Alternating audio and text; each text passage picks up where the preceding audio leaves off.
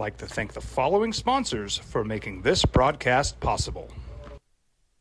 You followed him from the first day he signed with the team. You remember the day he poured in 63 points? The night he played a sold-out concert to 30,000 people. The day he gave his infamous speech. That's why you believe in heroes. That's why you remember and collect their memorabilia. All in Autographs, where you can meet some of the greats, collect some of the greats, and share your own legacy. Visit All In Autographs, where you can celebrate the great and have your own piece of history. New Mexico celebrates the holiday season with the 19th Isleta New Mexico Bowl. Our state's premier annual sports event is Saturday, December 28th at University Stadium. College football's postseason with New Mexico flavor. All your info is at NewMexicoBowl.com.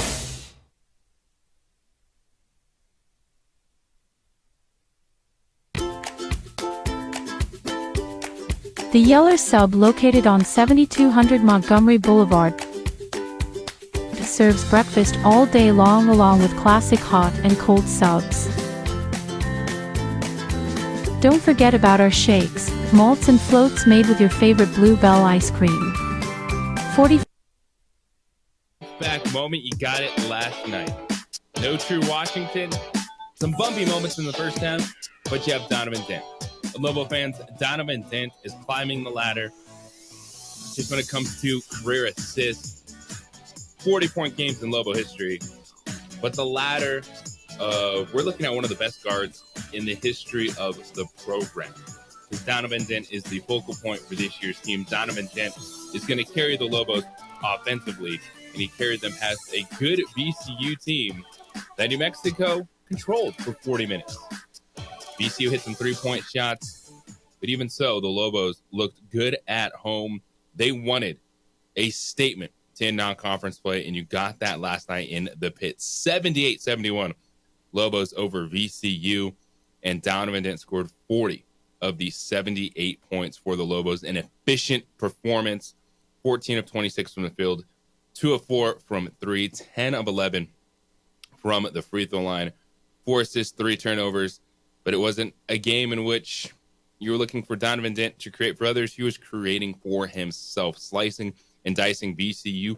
You hit that high screen with Nelly Jr. Joseph. He's coming downhill, and let the man go to work. How you feeling about the performance last night of Donovan Dent? What it do? Welcome into the opening drive here on 95.9 FM, AM 610, The Sports Animal.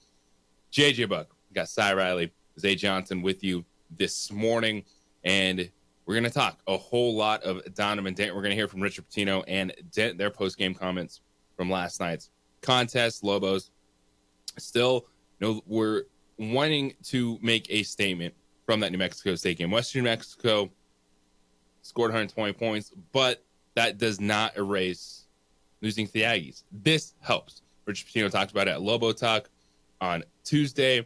Talked about it at the end of last night's game, just the mental focus, the preparation that the Lobos had coming off New Mexico State, because they knew that was not an acceptable performance at home in front of 11,483 fans last night before the holiday break.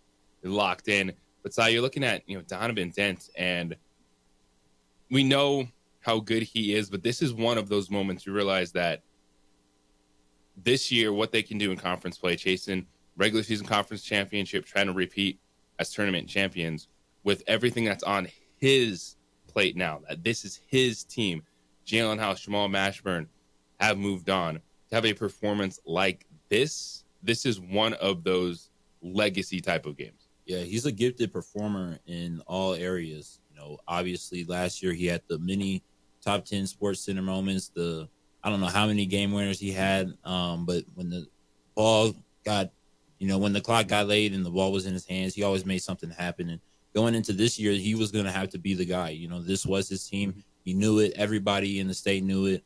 Even really the country. Again, you have one of the best point guards in the country on this team in Donnie Dent. So he was able to make it work. 40 points, absolutely marvelous. He was able to get some help from Mustafa and Nelly Joseph as well, 15 apiece for them, and also some defensive efforts from CJ Nolan and K Dotson. They really never, VCU that is, never really got a chance to get a run going throughout the whole game. I think the largest run was only 6 points at any time during the game. So yeah, they were able to get ahead in the lead and take control and just do their due diligence and break down this VCU defense. I was impressed by the Lobos last night. It's even in the first half where there's some bumpy moments. I think that was not having True Washington in the lineup.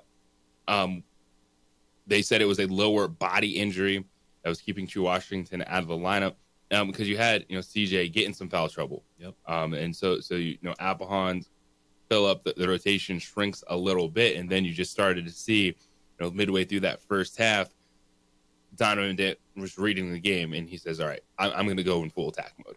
And the Lobos did that. You look at the finish to the first half where after the 3:36 mark, Donovan Dent had 6 points. Lobos have a 37-30 lead at the half. And VCU, they were hitting some threes, but they didn't have an answer inside. You mentioned Mustafa and Ellie Jr. Joseph, and what those guys did, scoring 15 points apiece. They also had 11 and 8 rebounds. Lobos had 16 second chance points off of 16 offensive rebounds. And this is the team that you see is that they're might not have the best defensive metrics, but they're going to be feisty. They're going to grind in games. And it had that feeling last night. VCU never got comfortable. Max Strugel didn't score a point in the first half, and he's one of their leading scorers. Yeah, you look at the game, he had 20 points because he had to come out super aggressive in the second half. But that's what this team can do, and we've seen it is moments of defensive effort, moments that can change the game defensively. And you shut down a player like Max Strugel in the first half at home, it's going to be hard for an opponent to overcome that. Yeah, and they had VCU that is, they shot pretty decent from three, about 10 for 31 for them. And then, UNM, we don't always attempt that many 3 points shots anyway. So we were able to control the paint, 44 points to their 26. We did have 15 turnovers. So definitely going to have to limit that going down the stretch into conference play. But, man, it was just an all-around great showing from Donovan Dent and just the guys, a gritty win, a big win, as they go into postseason, or not postseason, but conference play. Which will help their postseason shots for getting into the. What I think is awesome too to see as a Lobo fan, as you said, Dent had about 6 points late, right before halftime. There, when I tuned in, he was at 10, and the Lobos still had a comfortable lead, about from the same margin as they won the game by. So for Dent to go, not be as aggressive scoring in the first half, we still have a lead. Second half, he closes it out. I mean, once again, you see the Lobos, you see it versus UCLA early in the year, you see it now versus VCU. I think they are certified as a good team. And earlier when they lost to State in the year, and I said, hey, Lobos are a better team than State. They just played a bad game. And there's callers, hitting the lines like, they're not better. I'm like, yeah, they are. They definitely are better, and they were definitely capable of beating State comfortably. And they just had a bad game, and it's not time for the fans to panic at all. Well, this team's held to really high expectations. And when you lose to a rival, doesn't matter if people think you're a conference contender or not, that's going to sting. That's going to get the people going. And we knew that was going to happen after the New Mexico State game. For sure. But it stung for the Lobos. Like Richard Pitino talked about it multiple times that was one of those games that wasn't like, hey, we're moving on from that. Like he wanted his players to feel that. He wanted his players to know that New Mexico State game wasn't acceptable. And the Aggie fans riding high on that weekend because that was a fantastic weekend for the Aggies. They beat the Lobo women, who lost them twice in 3 days. The Lobo men lost them on Saturday. Like, yeah, that stings. And I think both programs at UNM looked at that weekend and said, all right, this has to be something we learn from. Flagship, we claim we're better than them, and we are better than them, in most regards. But, we can't let a team like State come in and you don't want it to beat you twice. And exactly. You don't want it to beat you twice. You don't want it to ruin the rest of your season. You got to get into your players' heads. And that's what he's been talking about, taking ownership on the team, being more hands-on with them, letting them know, what it is that they have to do in order to be successful. So, Coach Pitino, he's got it going on. Yeah, and I know it's a different sport, but just look at Notre Dame. They lost to NIU early in the year, and that is for sure what boosted them through the rest of the season. And I think State is going to be the same thing for the Lobos. And I figured after it happened.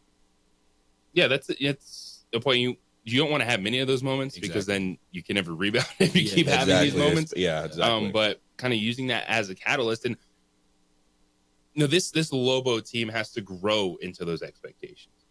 And Richard Pitino's talked about it. It's yes, you've raised the expectations of the program, but this team didn't do what last year's team did. Yep. And I know, Saib, you've said that too, is, all right, now you have to create your own path. And it's been a little hit or miss. And, watching this team, sometimes you feel like, okay, are they really conference contenders? They're good at moments, but when you see what they can be, you see the UCLA game, you see the fight in back-to-back games, USC and Arizona State. Now, VCU, watching them, they're going to be a top 70 team throughout the season, probably. But this was a team that everyone's talking about. Man, they're top 50 in KenPom. Look at their defensive ratings, and even without True Washington, some lineup rotation changes, like the Lobos were the better team for 40 minutes. Yeah, and that's impressive. Yeah, I mean, from the get-go, it just seemed like Coach Pitino let the guys know what type of game it was going to be and how badly they needed this. When you lose to a team like State, you got to get it on the backstretch. You got to get it a good quality win, to help yourself and help your chances. Because again, knowing especially what last teams did and how it still wasn't even enough for the selection committee to put them in the March Madness tournament if they didn't, have won the Mountain West tournament. So if they knew what last year's team wasn't even, supposed to be in the tournament, you can only imagine the expectations that Coach Pitino has for this team, and they have to meet them. The best thing that anybody can give you is high expectations. I'll let you wonder who said that. But yeah, that's what Coach Pitino's got to, harp on his guys, and I think they're listening to the message. So Donovan Dent climbing the ladder in Lobo lore. You look at the highest scoring games in Lobo history, you still tip your cap to Marvin Johnson. He had 50 points back in 1978 against Colorado State. You run down the list, and now Donovan Dent's on there. Tied for 15th with the late, great Reuben Douglas in Lobo history with 40-point games, but it was the first 40-point game since that man, Jalen House, dropped 42 points against Air Force, the first 40-point game in the pit since Elijah Brown did it back in 2016. Man, I'm feeling old now thinking about these guys. He scored 41 points against Fresno State. And Donovan also is the only player in the nation with 3 25-point games and 3 10-assist games this season. Now, last night was the scoring takeover. But knowing he has that, knowing he's set up his teammates, how are you feeling, Lobo fans? I want to take your thoughts on last night's game against VCU, the energy in the pit, how the Lobos have responded over the last couple weeks, and listen to the message of Richard Pitino, who's been relentless pushing this team forward.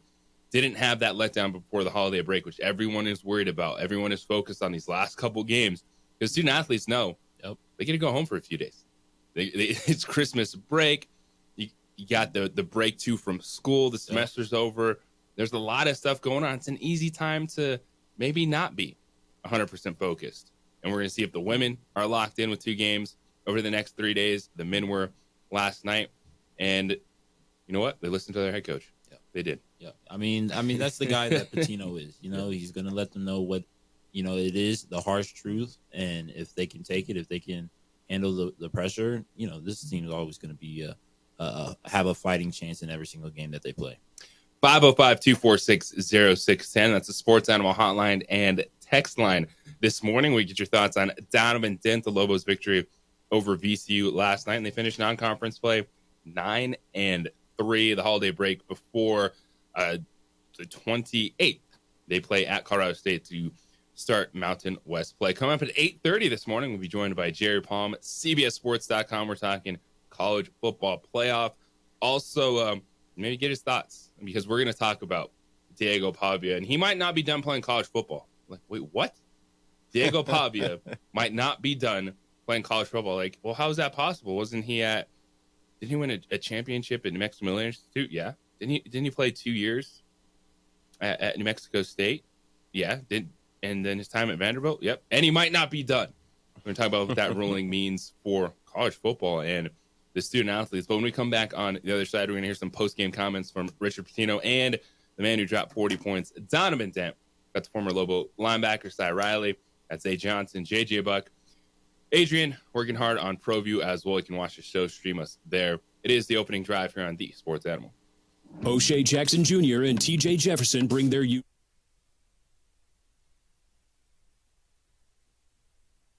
We would like to thank the following sponsors for making this broadcast possible. You followed him from the first day he signed with the team. You remember the day he poured in 63 points? The night he played a sold-out concert to 30,000 people. The day he gave his infamous speech. That's why you believe in heroes. That's why you remember and collect their memorabilia. All in autographs, where you can meet some of the greats, collect some of the greats, and share your own legacy. Visit All In Autographs, where you can celebrate the great and have your own piece of history. New Mexico celebrates the holiday season with the 19th Isleta New Mexico Bowl. Our state's premier annual sports event is Saturday, December 28th at University Stadium. College football's postseason with New Mexico flavor. All your info is at NewMexicoBowl.com.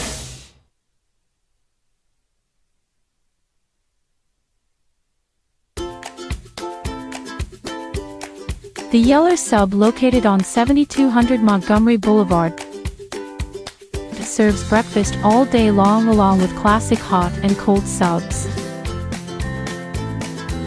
Don't forget about our shakes, malts and floats made with your favorite Blue Bell ice cream. 45 years and still going strong. Come on down to the Yeller Sub, official sandwich of ProView Networks. We would like to thank the following sponsors for making this broadcast possible. Hi, my name is Ruben, and I'm with the New Mexico Educational Assistance Foundation. We are proud sponsors of high school and college sports. Either college or trade, we can help you find the funding you need. Go to nmfafsa.org. That's nmfafsa.org. Well, I'm going to the frontier, walk up to the cashier, order up a root beer and a number one. Cover it with green stuff, one scoop is not enough. Find a booth is real tough, backed by the Duke. Meet my family, meet my friends in the quirkiest restaurant I have ever been. All of Albuquerque's favorite spot, it's the Frontier Restaurant. The Frontier Restaurant is a proud supporter of ProView Networks. New Mexico celebrates the holiday season with the 19th Isleta New Mexico Bowl. Our state's premier annual sports event is Saturday, December 28th at University Stadium. College football's postseason with New Mexico flavor. All your info is at NewMexicoBowl.com. Hi, my name is Ruben, and I'm with the New Mexico Educational Assistance Foundation. We are proud sponsors of high school and college sports. Either college or trade, we can help you find the funding you need. Go to nmfafsa.org. That's nmfafsa.org. From the Sandia foothills to the banks of the Rio Grande, generations of families remain. For 5 generations, Gallus Chevrolet has handed down values written in stone, leading the way under sun-filled skies, past the vintage glow of Route 66. Built by generations past, built for generations to come. This is New Mexico. This is Gallus. Don't sacrifice quality and flavor when you're in a hurry. Golden Pride offers ribs, fried chicken, red and green chili breakfast burritos, and Frontier sweet rolls. 4 great locations, or visit us online at goldenprideabq.com. Golden Pride Barbecue Chicken and Ribs are proud supporters of ProView Sports. We would like to thank the following sponsors for making this broadcast possible. New Mexico celebrates the holiday season with the 19th Isleta New Mexico Bowl. Our state's premier annual sports event is Saturday, December 28th at University Stadium. College football's postseason with New Mexico flavor. All your info is at NewMexicoBowl.com. You followed him from the first day he signed with the team. You remember the day he poured in 63 points? The night he played a sold-out concert to 30,000 people. The day he gave his infamous speech. That's why you believe in heroes. Play that was so good last year with the amount of top 100, top 50 games the conference had. It's still going to be good. But how are you feeling, Lobo fan, about this team heading into Mountain West play, coming off that performance last night from Donovan Dent. No true Washington. The rotation changed a little bit. CJ Nolan got in foul trouble, and yet the Lobos showed their size advantage. Nelly Jr., Joseph, Mustafa Amzil inside did a really good job on the boards. I did Philip Borovichinen. He had 9 rebounds, including 5 offensive rebounds in New Mexico. Had 16 second chance points off of 16 offensive rebounds. And really, they controlled the game for 40 minutes. VCU hit some threes, which didn't allow the Lobos to run away. VCU was +7 and made 3-point shots. But, the Lobos were the better team for 40 minutes last night. At home, 78-71 victory over VCU in New Mexico, 9-3. We got Cy Riley, Zay Johnson. I'm JJ Buck with you this morning here on the opening drive. And we got some post-game audio that we're going to hear. Should be on the Audacity. We pull that up. Gotcha. Thanks, Zay. From Richard Pitino and Donovan Dent last night. And first up, this is, Pitino just talking about the Dent takeover. Did you tell Dent you need to be aggressive offensively? Well, it became part of the strategy. Way to go. As a coach did it. Yeah, we didn't have a lot of assists because we were going high ball screen with Donnie almost every time. We got a couple different variations of what we do, but the beauty of when you get it in Donnie's hands now, he turned it over a little bit, but he normally doesn't turn it over. Now one of them doesn't count. They took the ball from at the end. Yeah, it was whatever. But, he was sensational. We were going to make him stop him. When he's downhill, he's tough to stop. Yeah, and he's so good in ball screens. He was tired, but then I was going to take him out, and then he made that big 3. But, yeah, it was just one of those. As the game started to go on, I'm like, screw it. We're going to put the ball in Donovan's hands. Yeah. Not a bad strategy. No. Being tired. Well, Donovan Dent, 38 minutes and 52 seconds. And that's going to be the thing is Dent, he's going to be playing high 30s this season. It's just the way it is. And he's going to have to handle it. He's going to have to do a lot of work in between games on his body, but he's the guy that's going to push the Lobos forward. He's the guy that is going to be able to propel this team. He's the guy that everybody relies to. He's the leader, and as the leader, sometimes you got to sacrifice, the pain and the sweat and tears right now. And, saying get that in, there's a lot of time to rest when the game's over, after the game's already won. So, no, he's got to be aggressive going into conference, and teams are going to know that and, going to create defensive schemes to try and limit that. But Donnie Dent's going to do what Donnie Dent does. Yeah, Dent and Mustafa both had the best plus minuses on the court. So that's good to see that you've also got somebody else and they both have 13. They're both in the plus for 13. So, yeah, and it's, the size last night advantage for New Mexico. And sometimes, sports, they are simple. Yep. Like, I know when we talk to Kenny Thomas tomorrow, all he talks about is the pick and roll. The Lobos ran it last night. Just keep it simple, high pick and roll, and get downhill with your guard. And we mentioned this in the first segment, and part of it was it's something that Richard Pitino has talked a lot about, and it was the focus before the break. You have a good opponent, so it's not hard to get up for VCU, but it's life. It's knowing that, man, this weekend you can get on a plane and go home if you have the ability to. Like you get a chance to get away, decompress a little bit, and Pitino was proud and really did hone in on the focus of his team before the break. This game is always concerning because everybody's ready to go home. They got, like you said, their flights and everything. So we changed it up a little bit. We're going to practice tomorrow. Nothing obviously heavy, but do some film, get a lift in, and then everybody will leave tomorrow afternoon. This game was too important. But I just thought we played really, really hard and battled on the glass. Plus 14 was amazing, 16 offensive rebounds. And then obviously we put the ball in Donovan Dent's hands, and he was amazing.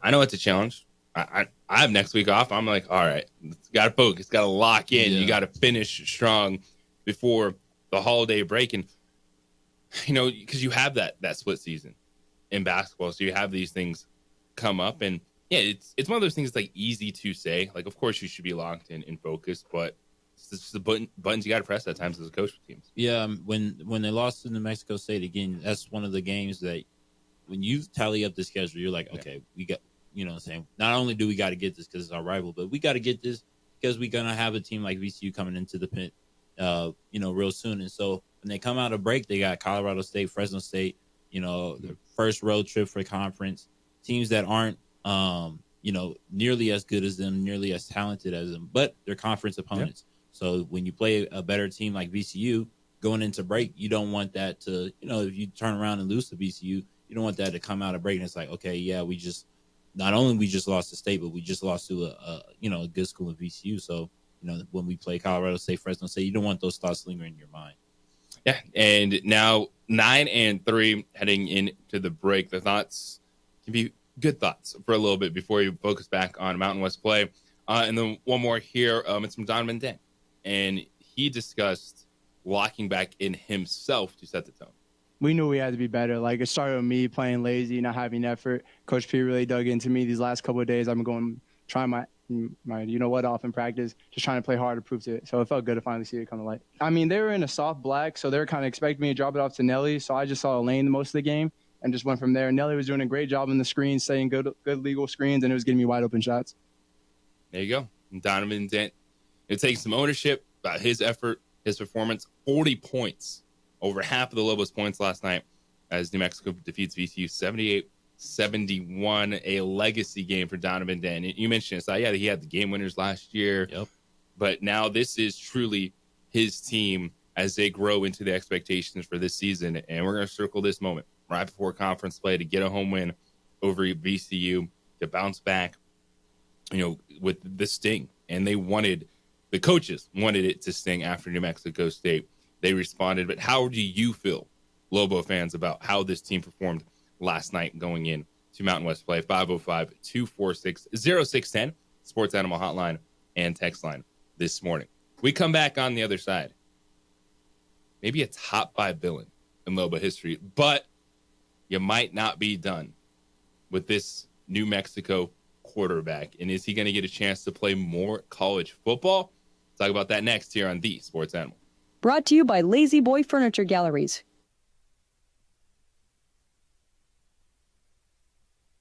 We would like to thank the following sponsors for making this broadcast possible. New Mexico celebrates the holiday season with the 19th Isleta New Mexico Bowl. Our state's premier annual sports event is Saturday, December 28th at University Stadium. College football's postseason with New Mexico flavor. All your info is at NewMexicoBowl.com. You followed him from the first day he signed with the team. You remember the day he poured in 63 points? The night he played a sold-out concert to 30,000 people. The day he gave his infamous speech. That's why you believe in heroes. That's why you remember and collect their memorabilia. All in Autographs, where you can meet some of the greats, collect some of the greats, and share your own legacy. Visit All In Autographs, where you can celebrate the great and have your own piece of history. I'm David C. Chavis, personal injury attorney. For over 4 decades, our law firm has remained steadfast in our commitment to serving the remarkable people of New Mexico that have been injured through no fault of their own. I'm a New Mexican fighting for New Mexicans. I received my bachelor's degree at NMSU and earned my law degree at UNM. I can proudly say I'm both an Aggie and a Lobo. Call now and I will meet with you. 40 years strong, and we're still as local as red and green. Albuquerque's leader in sports is ProView. From pros to prep, all your favorite action.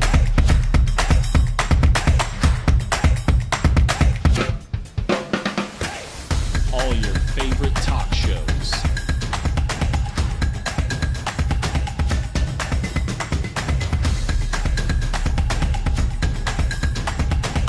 Find it on ProView Networks. We would like to thank the following sponsors for making this broadcast possible.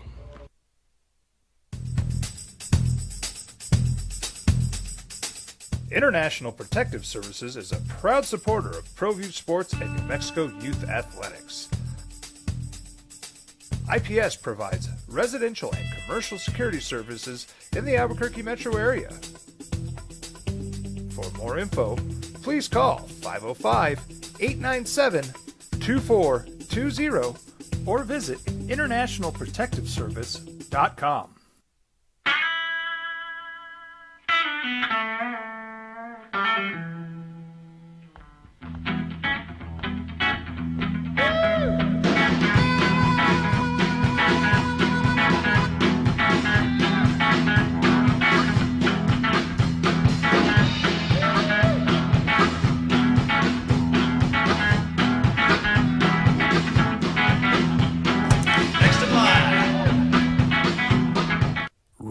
is a proud supporter of ProView Networks.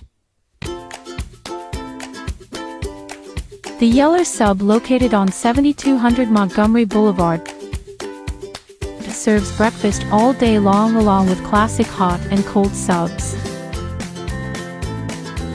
Don't forget about our shakes, malts and floats made with your favorite Blue Bell ice cream. 45 years and still going strong. Come on down to the Yeller Sub, official sandwich of ProView Networks.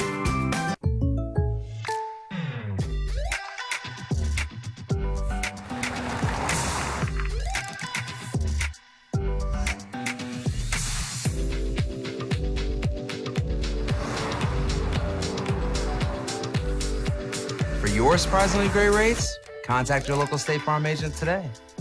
If you want the real deal, call State Farm agent Marty Size in Albuquerque today. Like a good neighbor, State Farm is there. We would like to thank the following sponsors for making this broadcast possible. For over 20 years, Evergard Roofing and Solar has been committed to customer service. Locally owned and operated, Evergard offers both commercial and residential roofing and solar services. For more info, please call 505-821-9543. Evergard Roofing and Solar are proud supporters of ProView Sports Network and New Mexico Youth Athletics.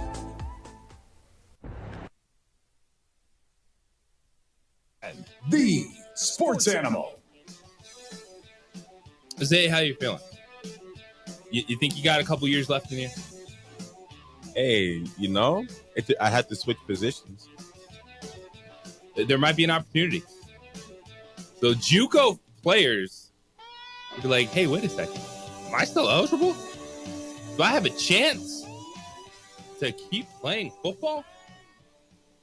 And it just has to be this guy for Lobo fans. What it do? Welcome back. It's the opening drive here on The Sports Animal. JJ Buck, Cy Riley, Zay Johnson with you this morning. 505-246-0610 Sports Animal hotline and text line this morning. So you thought it was done.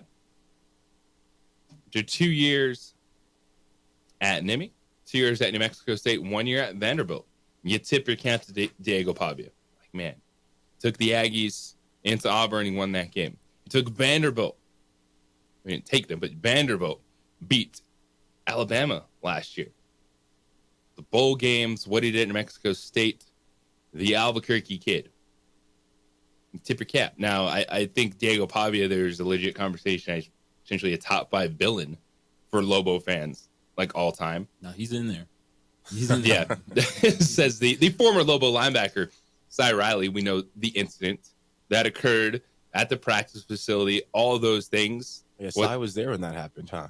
Yeah, let's not remind me. Oh, boy. Dude, yes. Oh, man. Seeing flashbacks of my anger towards him and here's the thing, right? He's a villain also because you're like, dang it, he just keeps winning. And he might have won again. And you're like, well, why would Diego Pavia be doing this? Why would he be trying to play? Because the name, image, and likeness. Because he's looking at trying to get one more check for his ability to play football. And that biggest check could come from him being the quarterback at Vanderbilt.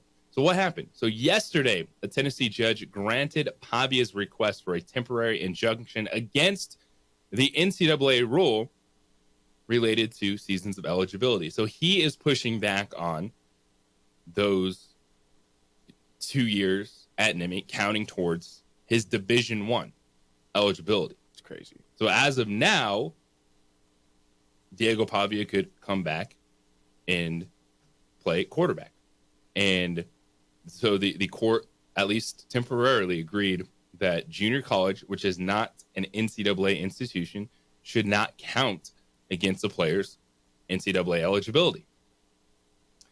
And according to the court's ruling, the NCAA cannot enforce its eligibility rules that would normally prohibit Pavia from playing one more season of D1 football. So for now, he is eligible to come back and be the quarterback of the Commodores. Now, there's going to be a lot of back and forth, but at the base of this, you guys were student athletes.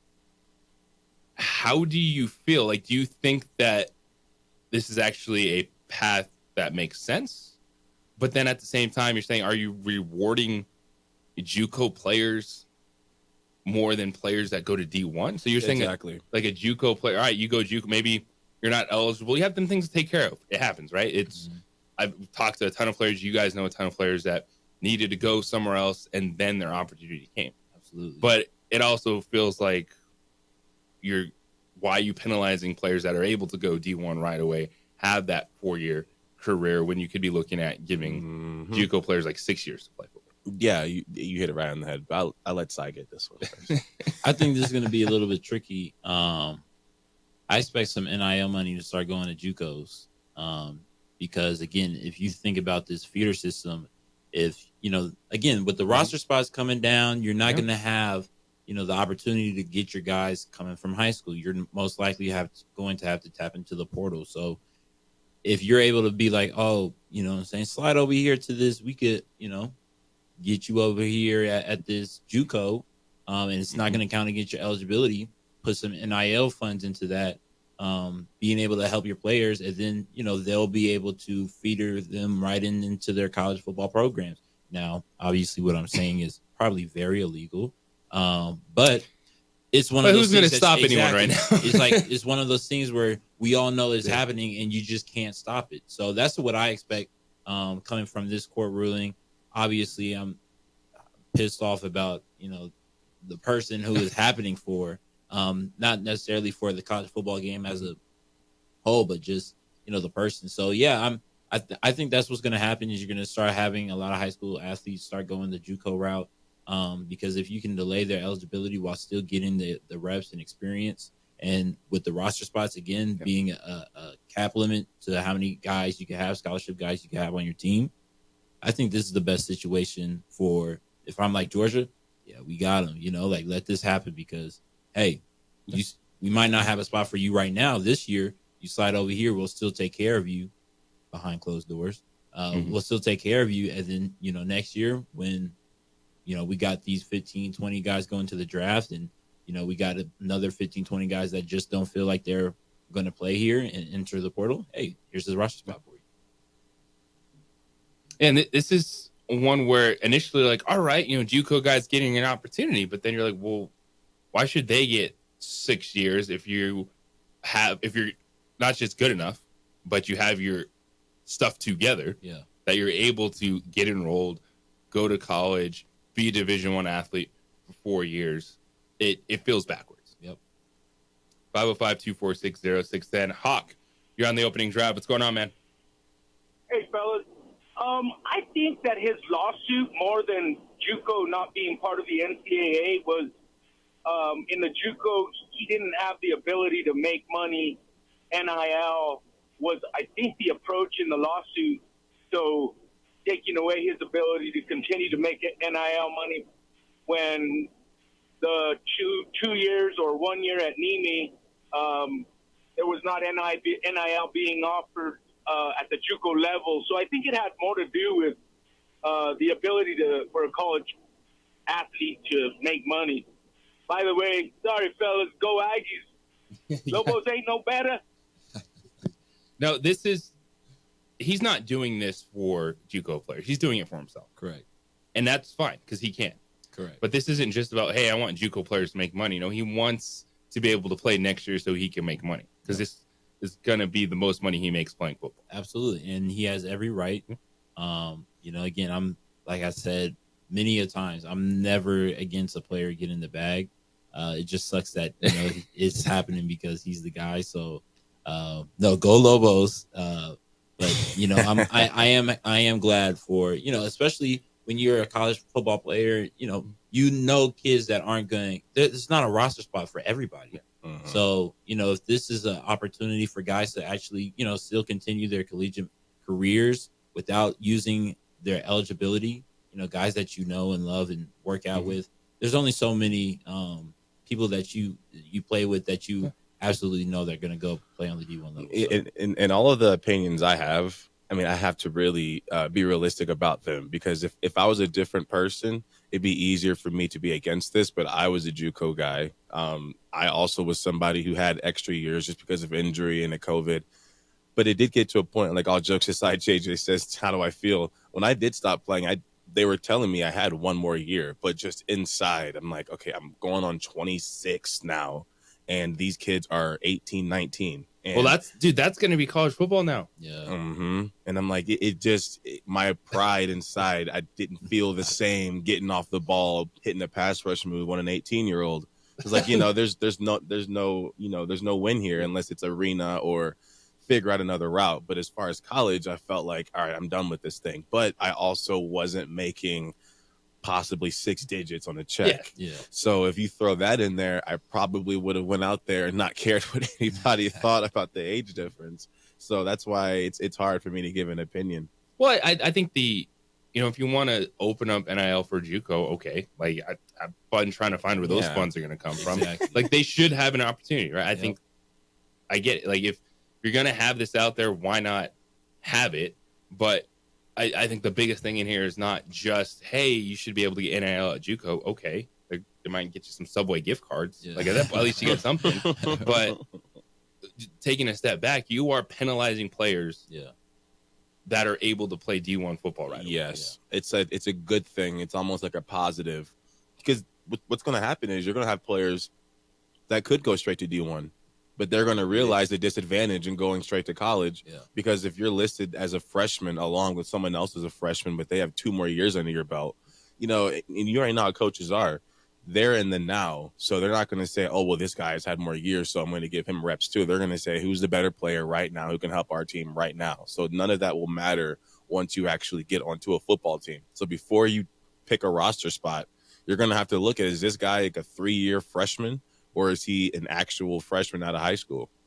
Yeah, and with them limiting the roster spots when they're bringing the cap down from how many scholarship players that you can have on your football team, this is another area to kind of combat that. Again, being able to get kids the education that they deserve and that they need. Because again, I get football is a sport. It's also got a lot of finances involved, but at the end of the day, you do want your when you go into a college program, you do want to leave with a degree. Now, you might be able to go to Georgia, then USC, then Penn State, like they're at Alexander, and have, but again, like you do want the degree because that's going to last a lifetime, rather than just, your 4 years playing football. So I do think it's a fair conversation to have, but it feels a little backwards to me that you're negatively affecting the players that are able to go to D1 right away. Yeah. And you're saying, well, you've been a Division I football player for 4 years. Yeah, you're done. Barring an injury or something like that. Versus, hey man, if you want to figure out a way to go play JUCO football for 2 years, and then 4 more years on top of that, that's what kind of what Zay's talking about. You're like, now you're getting into this territory of I'll have some old dudes, old freshmen. Like what balance do you want? And yeah, I understand it. Life ain't fair, but I think this is a legit question to have. JUCO eligibility versus D1. Now, is it just 1 year? Would you give a player like, all right, if you go JUCO 1, that doesn't count against it? Because you have the ability to redshirt if you want as a D1 player. Maybe that's more of a fair conversation as opposed to potentially looking at 2 years of eligibility. Or you take their redshirt, option away if they're coming from the JUCO route, then they're not eligible for a redshirt year. Of course, barring injury or something. Like that. But I think that's a fair conversation to have as opposed to just saying, well, you're a JUCO player for 2 years, you automatically get 4 years. Yeah, to play Division I football. This is honestly this is the definition of something that wasn't broke, so I don't know why it needs to be fixed. Now the NIL, I understand, but the way the years were set up beforehand, I think was perfectly fine, because even with it being set up the way it was, like I just said, I went to JUCO and I was still able to push 26 and had them telling me I had another year. So it was still possible, even with the old format, for guys to play 3-4 years in a D1 after you play at a JUCO. Now, the money part, I understand. I don't know if there's if they have to go together. I don't know if you can change the money without changing the year. I feel like you can. I think that would have been a much better idea. And I think Pavia, it feels like a missed opportunity chance. So I don't think one player situation should shake up this whole format. I think it's perfectly fine just the way it is. And at the center of this, and he says it in the documents, Diego Pavia and his representation says, he stands to earn $1 million playing college football next season. That's why he's doing it. He's not just doing it so like, hey, let's get all these JUCO guys paid. It's $1 million. Yeah. And I understand it. But the next step to the conversation is, does it make sense for college athletes, the JUCO versus D1 years of eligibility? 505-246-0610, that's Sports Animal Hotline and text line. So speaking of eligibility, portal season, some new homes for Lobos, a big one for Eli Sanders. And what's it look like as Jason Eck tries to retool the Lobo roster? We'll get into that next here on the Sports Animal. This report is sponsored by Sipapu Ski. We would like to thank the following sponsors for making this broadcast possible. ProView Networks would like to thank the following sponsors for making this broadcast possible. Hans Whitler Automotive, German car maintenance and repair in Albuquerque, New Mexico. Call 505-294-7684 or visit HansWhitlerAuto.com. Got shots?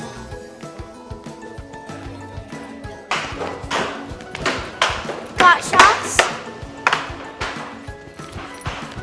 Got shots? During Got Shots, participating providers open their doors for any child who presents for immunizations, regardless of whether they are a patient or whether they have insurance. The Yeller Sub, located on 7200 Montgomery Boulevard, serves breakfast all day long along with classic hot and cold subs. Don't forget about our shakes, malts and floats made with your favorite Blue Bell ice cream. 45 years and still going strong. Come on down to the Yeller Sub, official sandwich of ProView Networks.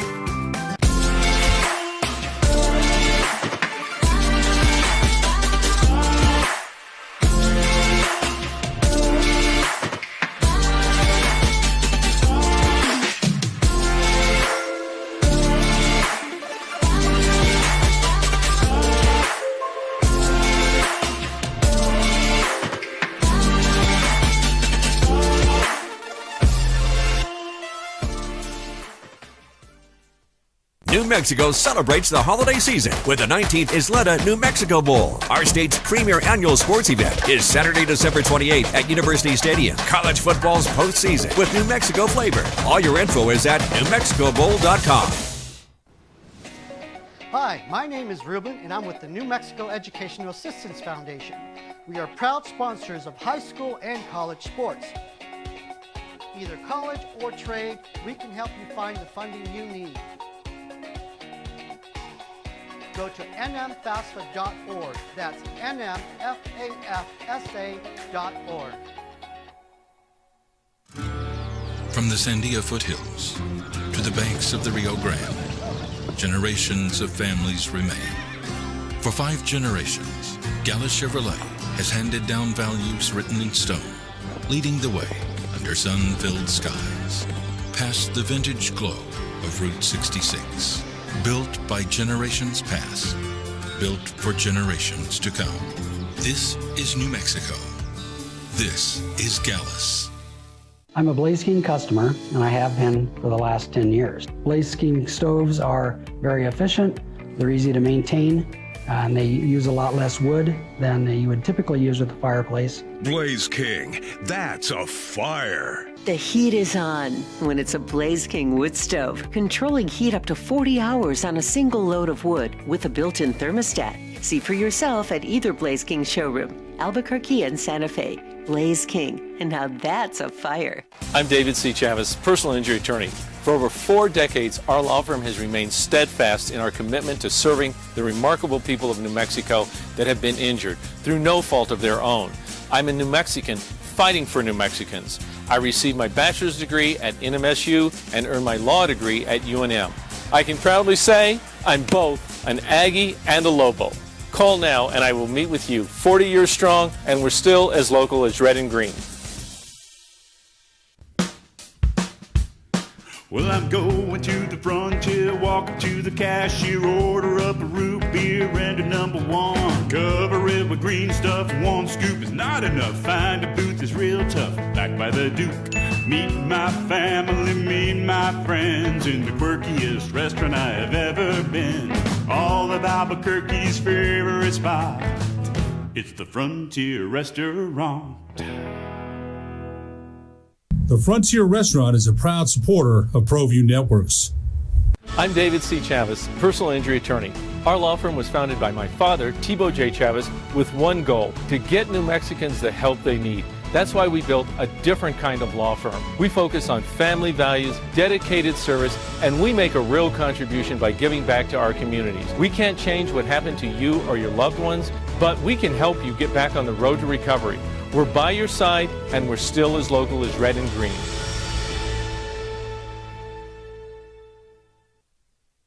We would like to thank the following sponsors for making this broadcast possible. You followed him from the first day he signed with the team. You remember the day he poured in 63 points? The night he played a sold-out concert to 30,000 people. The day he gave his infamous speech. That's why you believe in heroes. That's why you remember and collect their memorabilia. All in autographs, where you can meet some of the greats, collect. Was able to go to JUCO. So that's the other side of the conversation, too. And here's the problem. The NCAA has lost on absolutely everything. Yeah. The NCAA has no direction right now. And just when you think, okay, people are starting to wrap their heads around it, and can you start to rebuild in the new system, there's another curveball for you that comes down you have to talk about. 505-246-0610. Tony, you're on the opening drive. What's going on, man? Not much. How you doing today? Doing good. So, this thing on Pavia, I think this kid's got a character issue. He's a great quarterback. I give him all that. And being from here, I've tried to like him every way possible. But with the incident up here, when he pissed on our logo and doing something like what he's doing right now, I think just messes everything up for all the other players. And he's out only looking out for himself, and I don't think he really cares what he does to anybody else. Tony, I appreciate the phone call, and I think that some people definitely have that sentiment. Like, we had the caller previously was like, no, he's doing this for JUCO guys to earn money. It's like, no. He's kind of doing it for himself, which I get. He's chasing the biggest check he's going to make playing football, which will come from being quarterback at Vanderbilt. I understand that. But then from there, it's how does this system ever get back on track if they just start saying, like, you could play 6 years at minimum potentially? Alabama, y'all got to beat the dog out of Vanderbilt next year. Alabama, Auburn.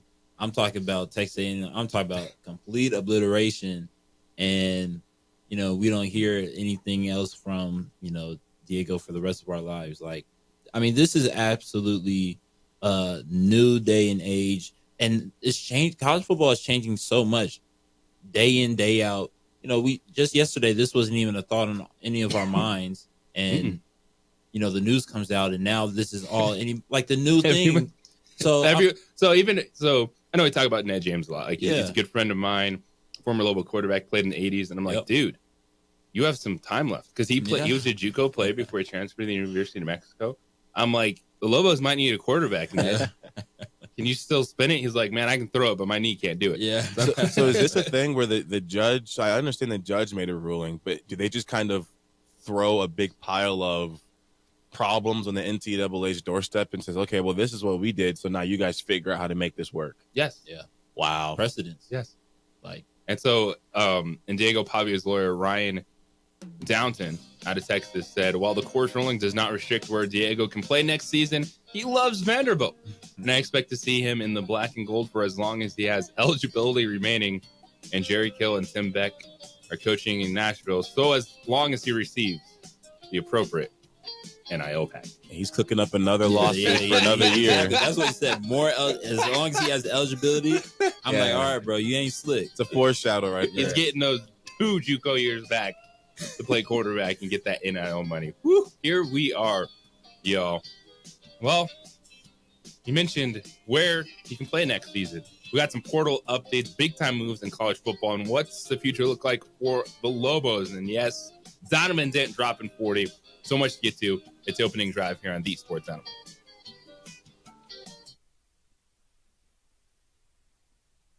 Some of the greats and share your own legacy. Visit all.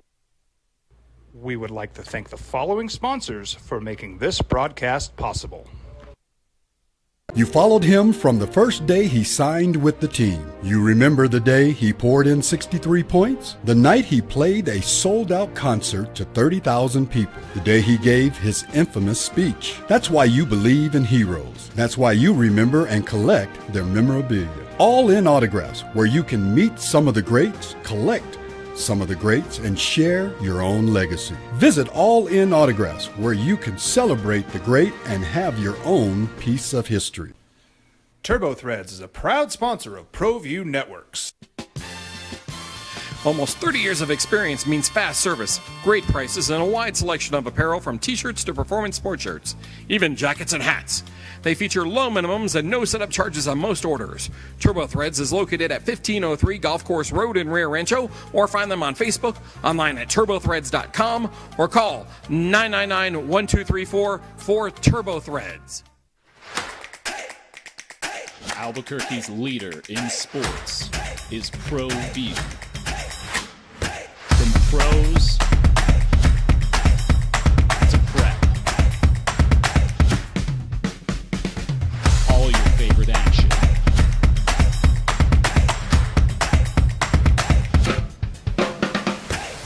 All your favorite talk shows.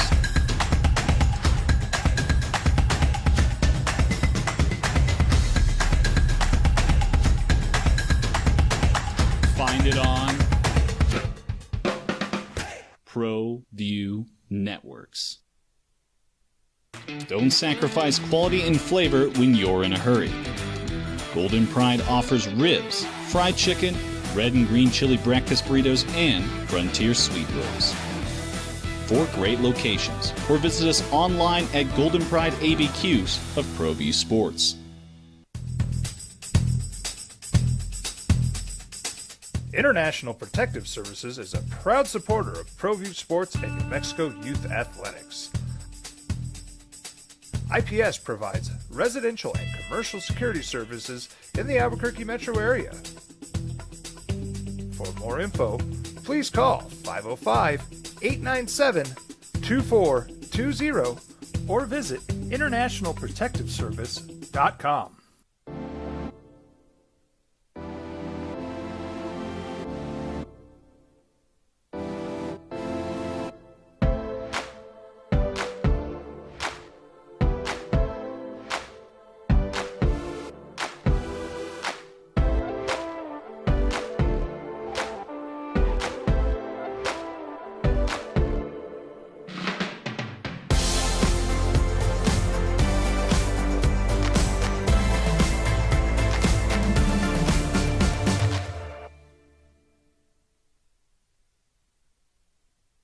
We would like to thank the following sponsors for making this broadcast possible.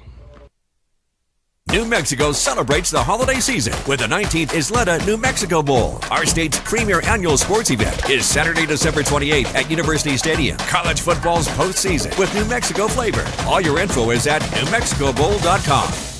You followed him from the first day he signed with the team. You remember the day he poured in 63 points? The night he played a sold-out concert to 30,000 people. The day he gave his infamous speech. That's why you believe in heroes. That's why you remember and collect their memorabilia.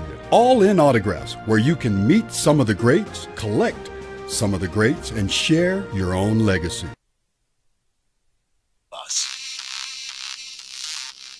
Now, voted the best sports show in New Mexico for 5 years running. It's the OD in the AM with 3-time New Mexico Sportscaster of the Year, Jeff Symbieta and JJ Buck. Well, don't forget about the Isleta New Mexico Bowl. I know you didn't. That's for Jeff Symbieta, where he is right now, but what he's doing getting ready for the Isleta New Mexico Bowl. TCU and Louisiana. Number 28th out there at University Stadium. It's going to be a fun one. Two really good offenses coming in for the bowl game. And it is portal season. So that's the challenges you're having with college football. You're getting hyped. We're going to talk about the college football playoffs.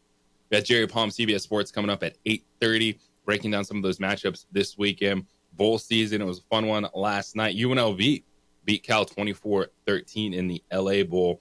And you have to have a discussion about this UNLV team because you look at New Mexico moving forward. New head coach Jason Eck, he's talked about the new look Mountain West Conference, and he feels that why not New Mexico? The Lobos could be a player. Well, heck, why not UNLV? They're in a really good position. Market, the investment. They just paid Dan Mullen like $3.5 million per year to come in. They got some big boosters that are pushing an NIL game. Like UNLV could be running this thing for a little bit as well. But it's an opportunity. But each year, of course, you are rebuilding that roster. JJ Buck, joined by Cy Riley, Zay Johnson with you. And we got some more portal news, not quite yet on the Lobos. Jason Eck and his staff that he has so far, trying to re-recruit some of the guys that were in the portal to come back next year. Hit it. We'll see. I'm sure we're going to see some guys from Idaho, follow the staff down here to New Mexico. But big one yesterday, tip of the cap, Eli Sanders, who was phenomenal second half of the season. Him and Devin Dampier, they were the Lobos offense. Eli Sanders going to USC. Yep. Fight on. Not bad at all. Of course, former Iowa State running back transferred to New Mexico. And this is, what you're talking about is guys are going to move.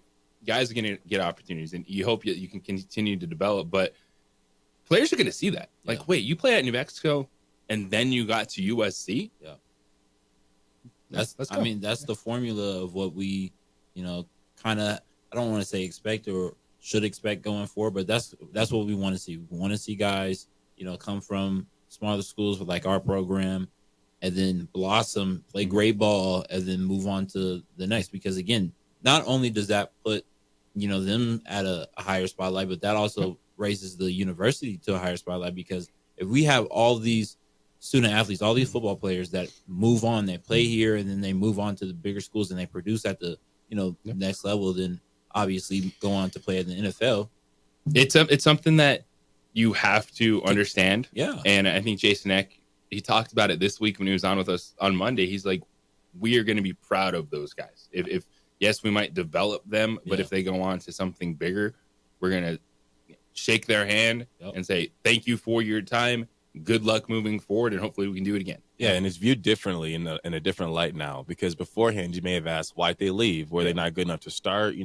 But now it's so common for everyone to leave. There's not going to be any, maybe something was wrong there and that's why they left, because there's great schools that still have people entering the portal. Oh, it's everyone, man. It's, you name it. It's, you just saw, the back quarterback from Penn State. Yep.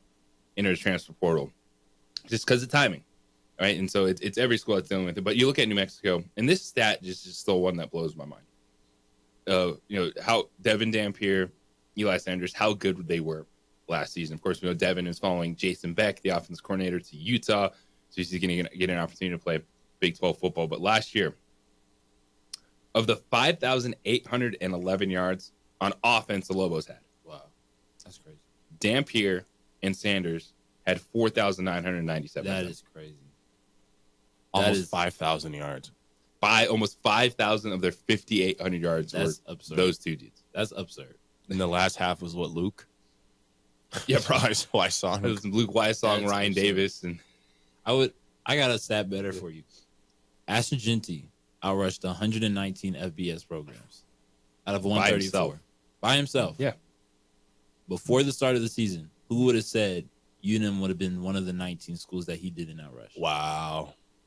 He did not outrush UNM. Well, and he had to, because Lobos got 2 1,000 yards guys, and Dampier and Sanders got him. That's a crazy stat. That's crazy. 119 by himself. D1 schools, and one of the 19. And he's not the Heisman Trophy winner. He's not the future Cowboy though. Well, yeah. Man, that's one. Did Genty Travis Hunter argument for me? Like, it was close. Like, I'm not like mad that Travis Hunter won. Yeah.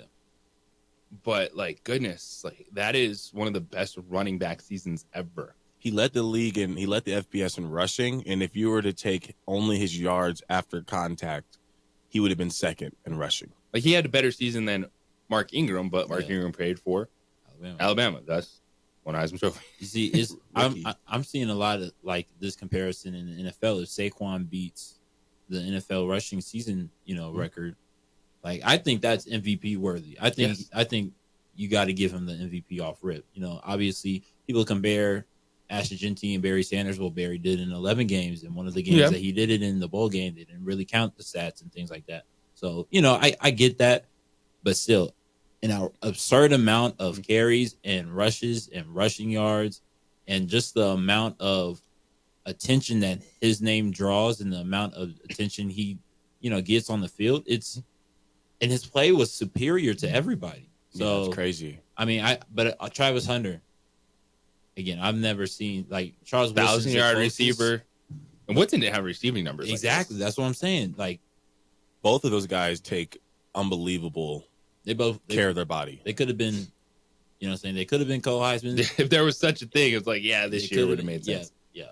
Well, the fact that I think it shows how good both their seasons were, because this has become a quarterback award. Exactly.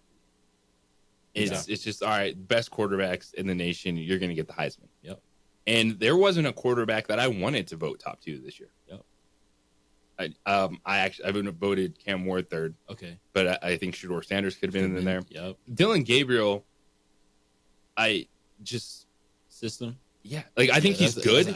But when your yards per attempt are so low, like I trust you as the quarterback on the number 1 team in the country. I just didn't think it was, a Heisman favorite this year. But that shows how impressive Jeanty and Hunter were this season. Mm-hmm. That we were not talking about quarterbacks for the Heisman Trophy. And they lived up to the hype because both of them going into the offseason was, Heisman loading. Boise State did their video. Mm-hmm. Travis Hunter did all of his social media posts, his streaming. And they were like, no, I'm coming from the Heisman, and rightfully so. Both of their plays. Ashton Jeanty started the season out remarkably, taking over college football by storm. Just the pace he was on for, the amount of rushing yards he was going to get. But Travis, his game-winning, plays on defense at times, his spectacular grabs. That dude is he could track the ball now. Yeah, that dude could track the ball. And Si, you can really attest to this too. I'm sure JG, you also know. But it's like injuries are a thing. And it's not just a given that someone's not getting injured.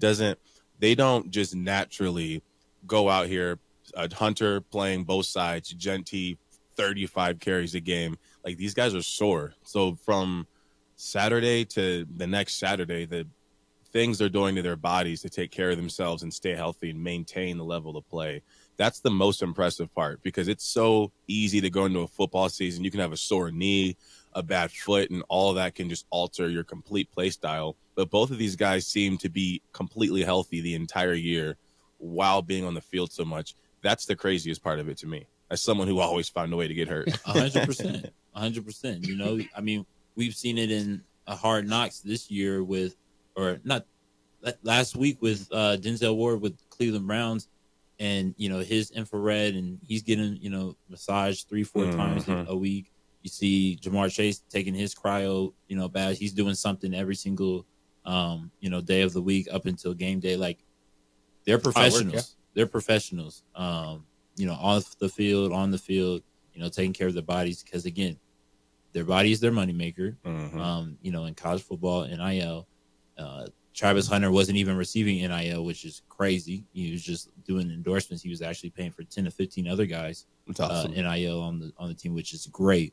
But again, like, their bodies is what's going to make them the money, and they got to be able to do it for as long as possible, especially, being able to help their teams, help their coaches, helping Boise, project themselves in the Mountain West into the national spotlight again. And then, Travers playing for Coach Sanders and everything that brings, with the spirit of college football. So, yeah, they both held up to their end of the bargain and, maintained excellence. 505-246-0610, Sports Animal Hotline and text line for you this morning. We got Jerry Palm, TBS Sports, coming up at 8:30. Definitely going to dive more into Donovan Dent's performance last night. 40 points as the Lobos beat VCU 78-31. And New Mexico finishes non-conference play 9-3. And we're Where's Donovan Dent for you in terms of the legacy ladder? Climbing the list on career assists, big-time performances, the game winners last year, 40-point performance last night, and he's not done with Mountain West play ahead. When we come back on the other side, we got some texts and emails to get to when we're talking name, image, likeness, and the transfer portal. It is the opening drive here on 95.9 FM, AM 610, the Sports Animal. We would like to thank the following sponsors for making this broadcast possible.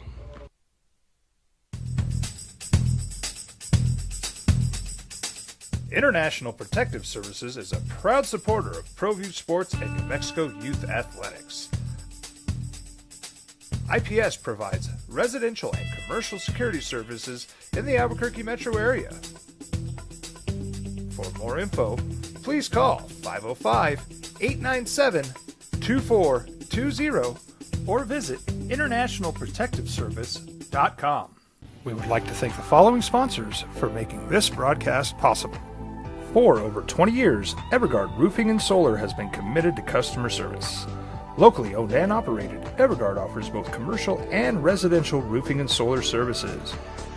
For more info, please call 505-821-9543. Evergard Roofing and Solar are proud supporters of ProView Sports Network and New Mexico Youth Athletics. I might not be in the cage as much anymore. Just like riding a bicycle, I can pick up the fight from where I left off. I'm not some slick-haired outsider posing with borrowed gloves. I grew up here. New Mexico is in my blood. I'm a New Mexican fighting for other New Mexicans. I'm Adam Oki. I'll be your champion in the courtroom. Hi, my name is Daniel Chavez, and this is my business partner, David Chavez. We are the owners of Indeed Safety. Indeed Safety is a local safety consulting company helping our clients with their safety needs for their projects. One of the things we pride ourselves as a construction safety company is helping our men and women in construction get home safe every day to their families. Indeed Safety is a proud supporter of ProView Network.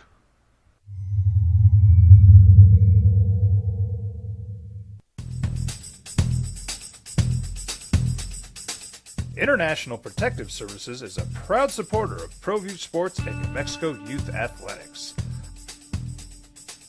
IPS provides residential and commercial security services in the Albuquerque metro area.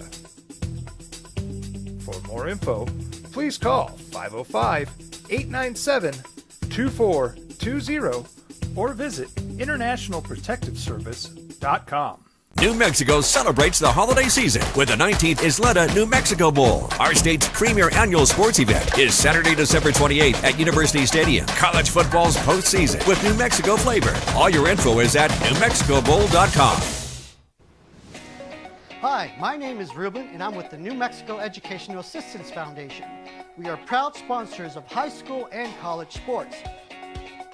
Either college or trade, we can help you find the funding you need. Go to nmfafsa.org. That's nmfafsa.org. We would like to thank the following sponsors for making this broadcast possible. You followed him from the first day he signed with the team. You remember the day he poured in 63 points? The night he played a sold-out concert to 30,000 people. The day he gave his infamous speech. That's why you believe in heroes. That's why you remember and collect their memorabilia. All in autographs, where you can meet some of the greats, collect some of the greats, and share your own legacy. Visit All In Autographs, where you can celebrate the great and have your own piece of history. From the Sandia foothills to the banks of the Rio Grande, generations of families remain. For 5 generations, Gallus Chevrolet has handed down values written in stone, leading the way under sun-filled skies, past the vintage glow of Route 66. Built by generations past, built for generations to come. This is New Mexico. This is Gallus.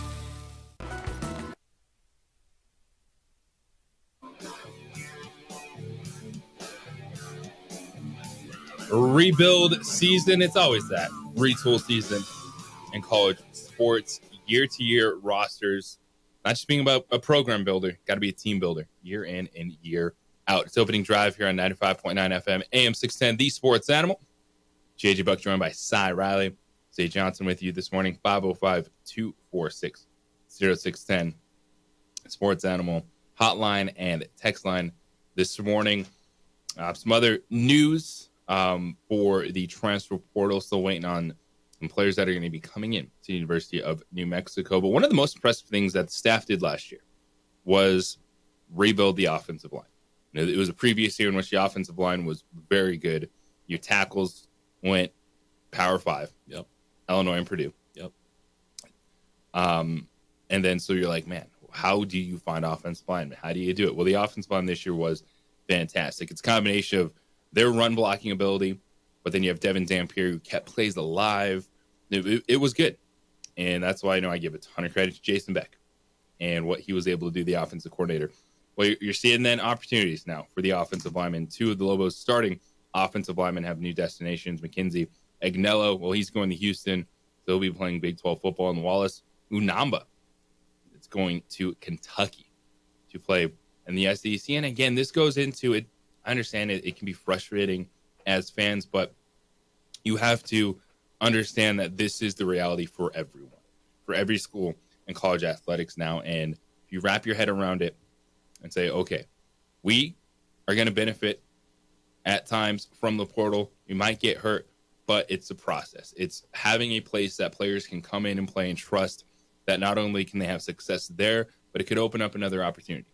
And when you have players that are leaving your program, and, last year it was your tackles going to play Big Ten football. Yeah. This year you got a running back going to USC, an offensive lineman to the Big 12, an offensive lineman to the SEC. Those are things that you can spin in a positive light as a university. Yeah.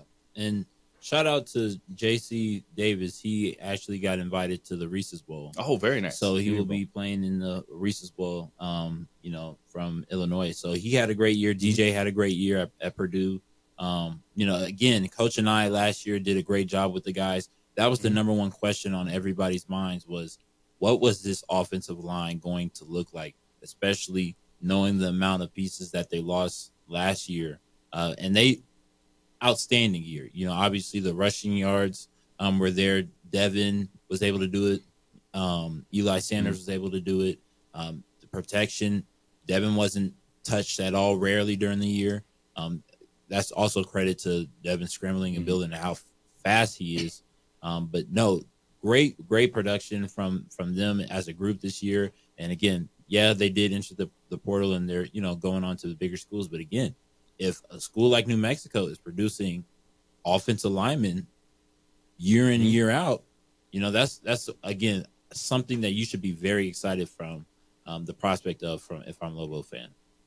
Do you think at this point you're going to start having colleges form, not like an alliance or anything, but how like Georgia or Alabama, they have their certain JUCOs where kids out of high school, they tell them, hey, all right, your grades aren't the best, so go to this JUCO, play there for a year, we'll monitor you, and then we'll pull you straight from there.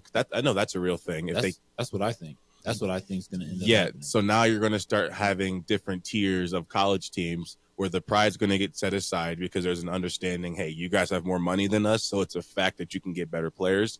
So at this point, I liked the way this guy, came to our program after leaving your program. If you got anybody else next year that you think might leave, let us know, and we'd like to have them too. I don't know if there's going to be an official one, but coaches obviously talk. We've talked to plenty of coaches about, I got this player because my buddy's the head coach of this team, and he's like, well, he's just not going to make it into our starting roster, so they'll transfer to the University of Mexico. That obviously happens all the time, but like an official feeder system, no. But I think it's more of just the networking, right? The coaches knowing other coaches. I know it's been thrown out there, and we've had plenty of callers kind of say that, like, is New Mexico just going to become a farm team for everyone else? Kind of, but not like officially. I mean, but that's in a bad way. That's the great thing about it, because again, you're going to be able to, with this new ruling, you're going to be able to delay guys' eligibility. So yeah, you know, you're gonna have a 20-year-old freshman on campus. You know, where's my hug at? Like he's gonna be, you know, asking these people like. But again, this is what the college football is gonna look like. My bigger question in the grand scheme of things is, how long is the NCAA still going to be over college football? How long is it until the SEC and Big Ten and Big 12 or whoever decide we don't need all of these? It's kind of happening now. I know. So they need officially. They need a structure. They Correct. need some sort of governing body. Correct. Every sport does. Correct. And now that the new rules are here, they have to figure out a way to rebuild. But the question you're asking, I asked Richard Pitino this at Lobo Talk. I'm like, so who do you guys talk to? You know, the coaches, conferences, they always have their meetings. Mm-hmm. And I'm like, all right, you guys maybe have some concerns, want some things done. Who do you talk to? He said, I don't know. That's a good answer. Like that's I'm like, you know, if you want to, you know, address, you know, maybe portal, just things, you know, have these discussions. And he's like, I don't know. Wow. And that's the Division I head coach of Lobos right there. And so, you're asking a great question. Right now, honestly, it's kind of the SEC and Big Ten steering this shit. And so you just kind of do what you can as more rulings come down. Of course, the Diego Pavia stuff challenging NCAA eligibility rules, saying, well, NCAA doesn't govern JUCO, so why should that affect my eligibility here? We just saw that come down. All these other things, and that is a giant question of, well, just play the game as best you can. Mm-hmm. And we did get this one from Matt. First off, he says, you guys are killing it. He loves the perspective that you're giving. He says, when it comes to this conversation in the email, hit me up, jj@sportsanimalabq.com. He says, I have to say I agree with the sentiment that there's nothing we can do to retain players. The fact is there's nothing any school can do. Yes, occasionally there will be a player that will stay for his own reasons, and the money is right, but we are seeing players pouring into the portal from every school and at every position. Look, clearly there need to be some guardrails put in place. No league can survive this forever. I also think it highlights the need for us to continue to grow our grassroots NIL. Mexico doesn't necessarily have the billionaire pumping $10 million a year into NIL, but what we do have is a lot of small donors, and that can add up. I also think that that's more sustainable. I think these big money donors are going to grow weary after they get burned a couple of times on one or two big money deals. Until there are rules put in place, we all just have to breathe. Excited for the future under Coach Eck, Matt. And I think that's where more people are starting to get to. Mm-hmm. I understand the frustration from fans. Like, you have to learn a new roster every year. Are you going to be able to compete when all your good players leave after the season? But it's what every school is dealing with now. Name, image, and likeness. Heck, they're complaining about it at Alabama. Did you see what their athletic director put on social media, Greg Byrne? Yesterday, he said, quote, now is the time for action. It's time for Bama Nation to fight back. Although we have been competitive from an NIL standpoint, our competition has us in their sights, and they're actively trying to surge ahead with NIL. You have heard examples of other teams using promises of $1 million paydays to lure our players away and convince them not to come to Alabama. It's time for Bama Nation to fight back. And you're like, well, Bama's complaining about NIL. How are you ever going to have a chance? You don't like that $1 million. That is like some World War II propaganda right there. Like, look at that marketing scheme, man. Like, but I understand it. You know, the crazy thing is, like, you know, we talk about JUCO. It used to go, even in the portal, it used to go get in where you fit in mentality, right? Like, oh, I don't want to pass up on, you know, X and Y scholarship because, you know, somebody else might fulfill it before I have a shot to sign. So, hey, coach, you know what I'm saying? You offer me, boom, I'm committing right there on the spot. I'm here.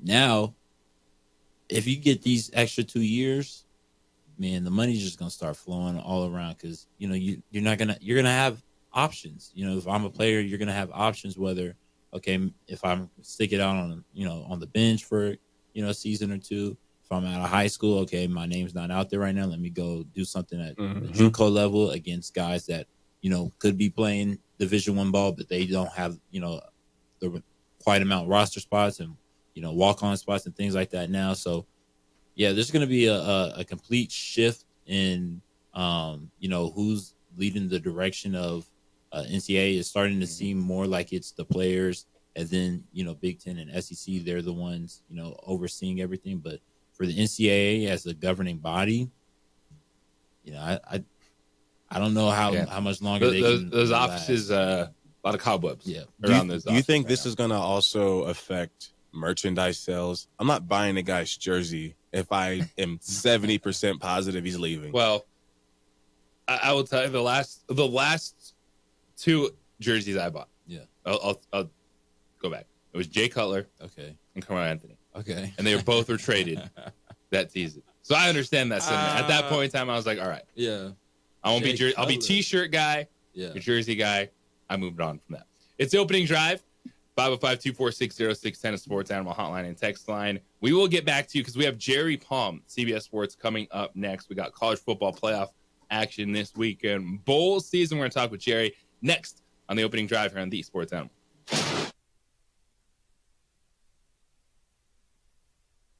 We would like to thank the following sponsors for making this broadcast possible. Albuquerque's leader in sports is ProView. From pros to prep, all your favorite action.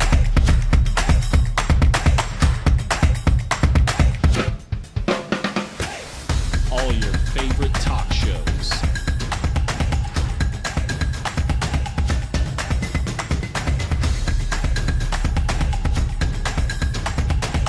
Find it on ProView Networks. Well, I'm going to the frontier, walking to the cashier, order up a root beer and a number one. Cover it with green stuff, one scoop is not enough. Find a booth is real tough, back by the Duke. Meet my family, meet my friends in the quirkiest restaurant I have ever been. All of Albuquerque's favorite spot, it's the Frontier Restaurant. The Frontier Restaurant is a proud supporter of ProView Networks. New Mexico celebrates the holiday season with the 19th Isleta New Mexico Bowl. Our state's premier annual sports event is Saturday, December 28th at University Stadium. College football's postseason with New Mexico flavor. All your info is at NewMexicoBowl.com. Don't sacrifice quality and flavor when you're in a hurry. Golden Pride offers ribs, fried chicken, red and green chili breakfast burritos, and Frontier sweet rolls. 4 great locations, or visit us online at goldenprideabq.com. Golden Pride Barbecue Chicken and Ribs are proud supporters of ProView Sports. I'm David C. Chavez, personal injury attorney. For over 4 decades, our law firm has remained steadfast in our commitment to serving the remarkable people of New Mexico that have been injured through no fault of their own. I'm a New Mexican fighting for New Mexicans. I received my bachelor's degree at NMSU and earned my law degree at UNM. I can proudly say I'm both an Aggie and a Lobo. Call now and I will meet with you. 40 years strong, and we're still as local as red and green.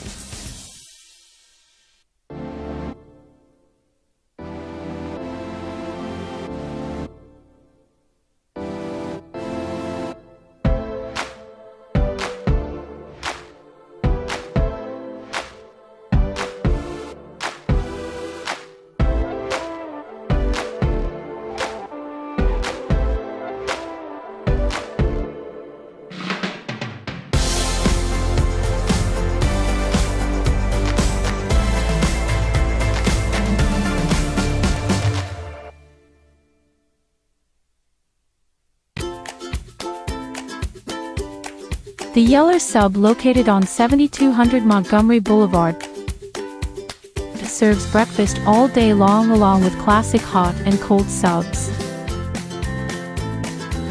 Don't forget about our shakes, malts and floats made with your favorite Blue Bell ice cream. 45 years and still going strong. Come on down to the Yeller Sub, official sandwich of ProView Networks. Hi, my name is Ruben, and I'm with the New Mexico Educational Assistance Foundation. We are proud sponsors of high school and college sports. Either college or trade, we can help you find the funding you need. go to nmfafsa.org. That's nmfafsa.org.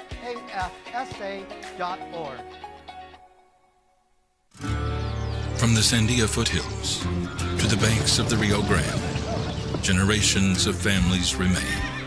For 5 generations, Gallus Chevrolet has handed down values written in stone, leading the way under sun-filled skies, past the vintage glow of Route 66. Built by generations past, built for generations to come. This is New Mexico. This is Gallus. We would like to thank the following sponsors for making this broadcast possible. New Mexico celebrates the holiday season with the 19th Isleta New Mexico Bowl. Our state's premier annual sports event is Saturday, December 28th at University Stadium. College football's postseason with New Mexico flavor. All your info is at NewMexicoBowl.com.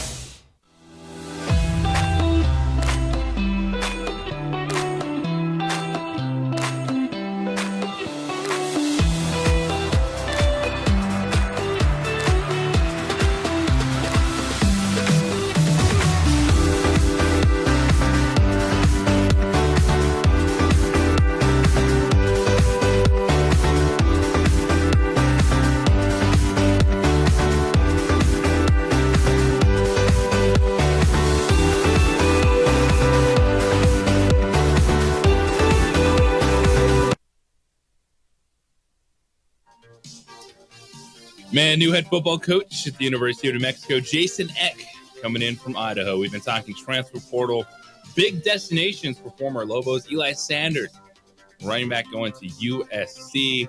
Looking what the roster is going to look like. But when the transfer portal is open during bowl season, you got a lot of questions that come up. Marshall pulls out a bowl game. Penn State sees their backup quarterback go in the transfer portal. But we do get games this weekend in the CFP. Welcome back to Opening Drive here on 95.9 FM, AM 610, The Sports Animal. JJ Buck, joined by the former Lobo linebacker, Cy Riley, S.A. Johnson with us. And this time, as we do, 8:30 Mountain Time on Thursday mornings, we're joined by Jerry Palm of CBS Sports. Jerry, how you doing, man? I'm all right. How are you? I'm doing good. We've trying to wrap our heads around, all this new stuff, but I just want to get your thoughts on, players already play forever in college athletics, but we saw this, this lawsuit from Diego Pavia saying, hey, my JUCO years should not count towards my D1 eligibility. And heck, he might be the quarterback in Vanderbilt again.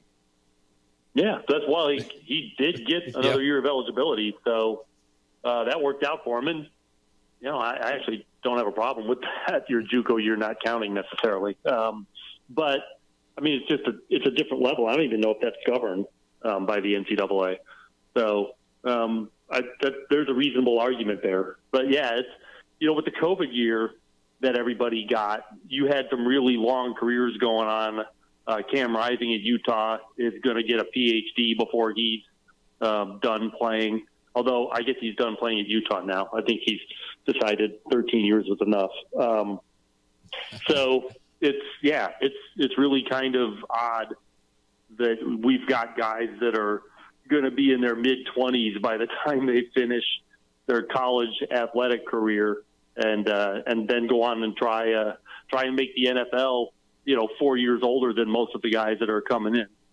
Yeah, and it's adapting to the new system, wrapping your head around it, and figure out at some point, right? They might rebuild this, at least a governing body around what we have. But what we do have is the first college football playoff 12-team bracket getting going this weekend. When you look at the 4 games, are there any that immediately jump out to you that you're like, all right, this is the game that I'm starting with this weekend? Well, I mean, as a guy from the state of Indiana, the Indiana-Notre Dame game jumps off the page. And it is unique in the sense that they don't play this game. There might be 2 major schools out of 3 in the state, and they never play each other. That once since 1958, and that was in 1991. So it's a unique event in the fact that it's a college football playoff, but it's also a unique event in the fact that they're actually playing each other. So there's a lot of interest around here, and that's, I think, the toughest ticket of the 4 games largely because of that. Indiana fans scooping them up just because they've never been in this situation before, but also the fact that they get to play Notre Dame, which they've been wanting for years, and has finally had it forced upon them. And Notre Dame 7-point favorites in that game. What are you expecting from the Hoosiers going in there? Not much. It's, Indiana didn't play a lot of teams like this. Notre Dame's a team that's got guys, that recruits really well. And they played two teams like that this year, teams with real, championship quality athletes. One of them is Michigan, who underachieved this year. And they were going to come back a little bit anyway after last year's championship and a change of coaches. But, they still got some guys. And that was a 5-point win for Indiana at home. And then Ohio State, is a 3-touchdown loss. And they were in it for about a quarter and a half. And then Ohio State just started cranking it up. And Indiana just wasn't equipped to play a team like Ohio State. The one thing that came out of that game is that Indiana was not in their weight class. And that's more likely the kind of thing you'll see when they play Notre Dame. Notre Dame's athletes are going to just be better. That doesn't mean they're going to blow them out or anything, but it should be enough to have in their home field to be able to win a game against Indiana. Yeah, Jerry, you mentioned Ohio State. They're taking on Tennessee at home on the 21st. When you look at that side of the bracket for Oregon, them being the number 1 seed, I don't want to say almost punished, but to have to play Tennessee or Ohio State, immediately out in the quarterfinal, and then possibly having to face Texas in this before they can even get to the or if they get to the semifinals. How do you think there'll be any changes for the number 1 seed in the CFP bracket going on to next year, or what's your talk or your takes on that? Yeah, it is kind of an odd situation. It's when they set it up thinking, we'll put our four best conference champions in there. They weren't thinking it would look like this. That Boise State from the Mountain West would be the third of those four. But that's how it's sorted out. And, I don't know if they'll change it for next year or not. The system will be completely different in 2 years anyway, because the TV contracts end and there'll be more changes then. But so maybe they'll think 1 year it's not worth it, we'll just do it again. But my suggestion would be to make the top 4 teams the top 4 seeds. And then if you have, conference champions that didn't make that group, the third and fourth best or fifth best, or not the fifth best, but anybody in the top 4 conference champions that didn't make a bye, give them a home game wherever they're seated. Doesn't matter. Make their game the home game. And so they get something of a reward for being a conference champion, but not a bye necessarily that really doesn't match their seed. Yeah, I think that is actually a really good change that we could see moving forward. Jerry Palm, CBS Sports, joining us. CFP gets going this weekend, and you mentioned Boise State sitting there. They're going to play in the Verbo Fiesta Bowl opposite either SMU or Penn State. What do you make of that one? The way the Mustangs, we saw them, late push Clemson, still get in, and Penn State. What do you think of their path forward? I think that's a tough draw for Penn State. SMU, especially on offense, is pretty quick and athletic and could cause some problems for Penn State's defense.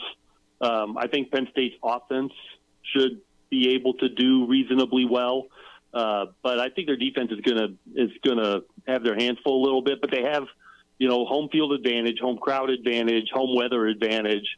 It's gonna be a Penn State win. I feel pretty good about that.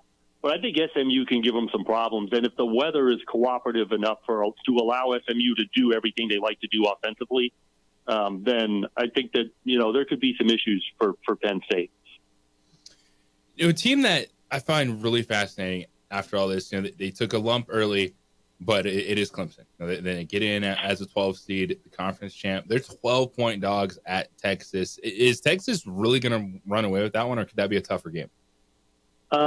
No, I think Texas can win comfortably. I don't know about 12. I mean, that's a big number, but I could see a comfortable win for Texas.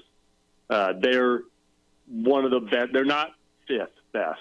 They're, maybe third best team in the country this year. And Clemson is where they are because they should be where they are. So, that Clemson name makes that game sound more intriguing than the Clemson game does.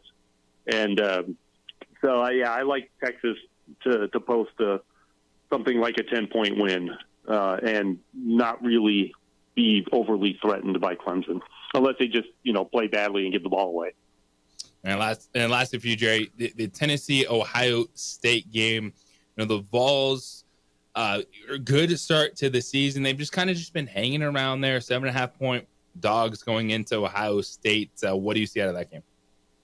Yeah, I'm not really a bettor, but I see a 7-point line, and I'm thinking, are you out of your mind? it's Ohio State's a team in a bit of turmoil. They have problems with health on their offensive line. Tennessee's defensive line is arguably the best unit on that team. I think Tennessee can give Ohio State's offense some problems, and especially if Ohio State is so committed to the run like they were against Michigan, even though it wasn't working. Ohio State's strength is their receivers and their quarterback, and they need to air it out a little bit more than they did against Michigan. But if they go in with a blind commitment to running the ball, whether it's working or not, then Tennessee's definitely going to have a chance to win that game. And Ohio State is capable of winning that game by a touchdown, but those teams are a lot more even, I think, than that line would indicate. Jerry, if I may ask, who do you like to win this whole thing? Oregon. That's what I wanted to hear. The road is tough, but they've been the best team all year. Not leaps and bounds better than everybody else, but they've won games that they were supposed to win and found ways to do it at times. So, I think it's kind of open. There's a lot of teams you could pick from probably half a dozen teams and make a legitimate case for them to win this thing. But I like Oregon. You know what I really like about Oregon is the attitude of Dan Lanning. Yes. He sees that draw, right? And everybody's like, oh, gosh, Oregon really got screwed. He's like, I love it. We're just going to practice. We're going to practice, and we're going to line up to play whoever happens to be on the other side. We don't care who it is. Mm-hmm. We got to win these games. It doesn't matter who we play. We're just going to go play whoever they put in front of us. So that's a great attitude to have. You just got to beat them all. So go beat them all. Exactly. And I heard him say that right after the bracket released. So my worries only lasted a couple minutes because I heard his response and he says, what an opportunity. And I think back and I say, that's true, because if they get through this, if and when, as an Oregon fan, they win this playoff bracket, there's nothing anybody can say to take it away from them. Yeah, exactly. And that's, by the way, totally in character for him to say something like that. Mm-hmm. I would have been shocked if he said anything else. And I'd ask really quickly, Jerry, going back to that Ohio State-Tennessee game, Ryan Day, they did lose to Michigan, and, that entire, brawl that they had on the field. How do you feel if Tennessee goes into, Ohio State and they pull the win? I don't want to say upset because Tennessee is a good football team in their own right. If they get the win, how do you feel about Ryan Day and his job security? It's funny how the standards are so different at a place like that. Yeah. The thought was they might fire him after the Michigan loss because he's lost to Michigan 4 times in a row. Yeah. Won 40-some other games those years, but still you lost to Michigan 4 times in a row. And now you maybe lose a home playoff game to Tennessee, and you can probably count on both your hands the number of games Ryan Day would have lost in the last 4 years. And yet he could still lose his job. I don't think so. I don't think he'll lose his, unless they get embarrassed. I don't think he's going to lose his job. But, it's Ohio State, so yeah. I'm not going to say definitely not. Jerry Palm, CBS Sports. Follow him at JP Palm CBS on the Twitter. Read him. Great stuff throughout bowl season, the CFP, and, of course, college basketball season as well. Jerry, appreciate it. Merry Christmas. Enjoy the holidays, and we'll talk to you soon. Yeah, Merry Christmas to you guys, too. Thanks. Thank you, sir. Jerry Palm, CBS Sports. Always one of the best times of the week when you get a chance to talk ball with Jerry. Your thoughts on the CFP? Who do you like? Do you see any upsets in the first round? Yes, these first round games, campus sites, the energy is going to be off the charts this weekend in the college football playoff. 505-246-0610. Top of the hour, we're back into Donovan Tent. And here's some post-game thoughts from him and Richard Pitino. The 40-point performance last night, and the Lobos were victorious over VCU. It is the opening drive here on The Sports Animal. This report is sponsored by...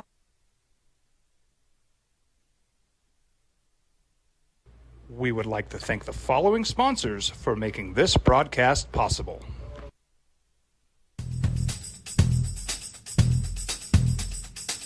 International Protective Services is a proud supporter of ProView Sports and New Mexico Youth Athletics. IPS provides residential and commercial security services in the Albuquerque metro area. For more info, please call 505-897-2420 or visit internationalprotectiveservice.com. We would like to thank the following sponsors for making this broadcast possible. For over 20 years, Evergard Roofing and Solar has been committed to customer service. Locally owned and operated, Evergard offers both commercial and residential roofing and solar services. For more info, please call 505-821-9543. Evergard Roofing and Solar are proud supporters of ProView Sports Network and New Mexico Youth Athletics. I might not be in the cage as much anymore. Just like riding a bicycle, I can pick up the fight from where I left off. I'm not some slick-haired outsider posing with borrowed gloves. I grew up here. New Mexico is in my blood. I'm a New Mexican fighting for other New Mexicans. I'm Adam Oki. I'll be your champion in the courtroom. Hi, my name is Daniel Chavez, and this is my business partner, David Chavez. We are the owners of Indeed Safety. Indeed Safety is a local safety consulting company helping our clients with their safety needs for their projects. One of the things we pride ourselves as a construction safety company is helping our men and women in construction get home safe every day to their families. Indeed Safety is a proud supporter of ProView Network.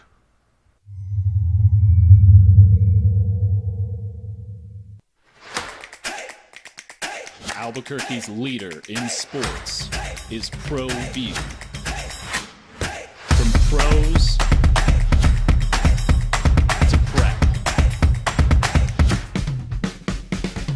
all your favorite action.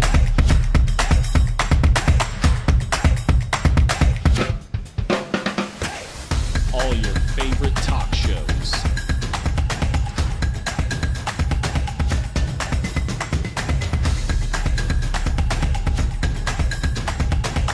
Find it on ProView Networks. ProView Networks would like to thank the following sponsors for making this broadcast possible. Hans Whitler Automotive, German car maintenance and repair in Albuquerque, New Mexico. Call 505-294-7684 or visit hanswhitlerauto.com. Got shots?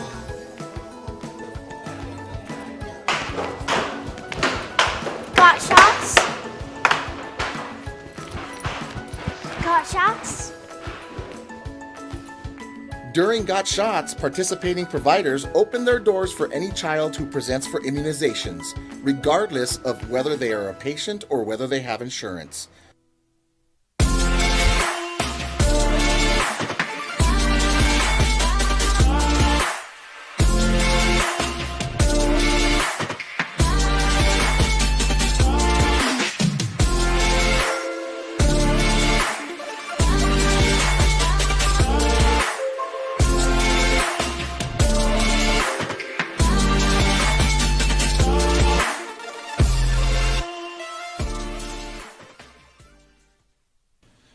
TurboThreads is a proud sponsor of ProView Networks.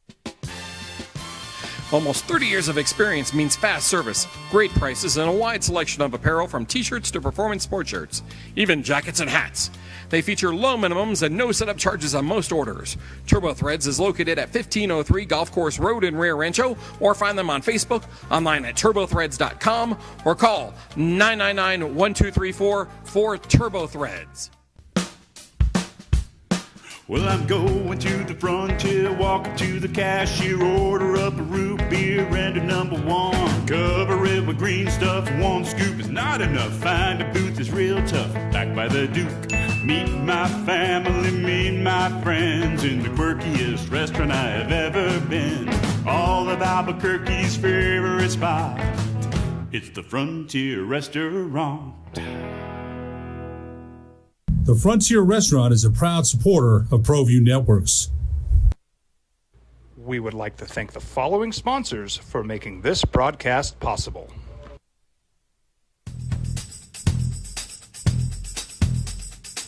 International Protective Services is a proud supporter of ProView Sports and New Mexico Youth Athletics. IPS provides residential and commercial security services in the Albuquerque metro area. For more info, please call 505-897-2420 or visit internationalprotectiveservice.com. Don't sacrifice quality and flavor when you're in a hurry. Golden Pride offers ribs, fried chicken, red and green chili breakfast burritos, and Frontier sweet rolls. 4 great locations, or visit us online at goldenprideabq.com. Golden Pride Barbecue Chicken and Ribs are proud supporters of ProView Sports. The Yeller Sub, located on 7200 Montgomery Boulevard, serves breakfast all day long along with classic hot and cold subs. Don't forget about our shakes, malts and floats made with your favorite Bluebell ice cream. 45 years and still going strong. Come on down to the Yeller Sub, official sandwich of ProView Networks. We would like to thank the following sponsors for making this broadcast possible. New Mexico celebrates the holiday season with the 19th Isleta New Mexico Bowl. Our state's premier annual sports event is Saturday, December 28th at University Stadium. College football's postseason with New Mexico flavor. All your info is at newmexicobowl.com. We would like to thank the following sponsors for making this broadcast possible. For over 20 years, Evergard Roofing and Solar has been committed to customer service. Locally owned and operated, Evergard offers both commercial and residential roofing and solar services. For more info, please call 505-821-9543. Evergard Roofing and Solar are proud supporters of ProView Sports Network and New Mexico Youth Athletics. I might not be in the cage as much anymore. Just like riding a bicycle, I can pick up the fight from where I left off. I'm not some... It's Ted, the sports animal.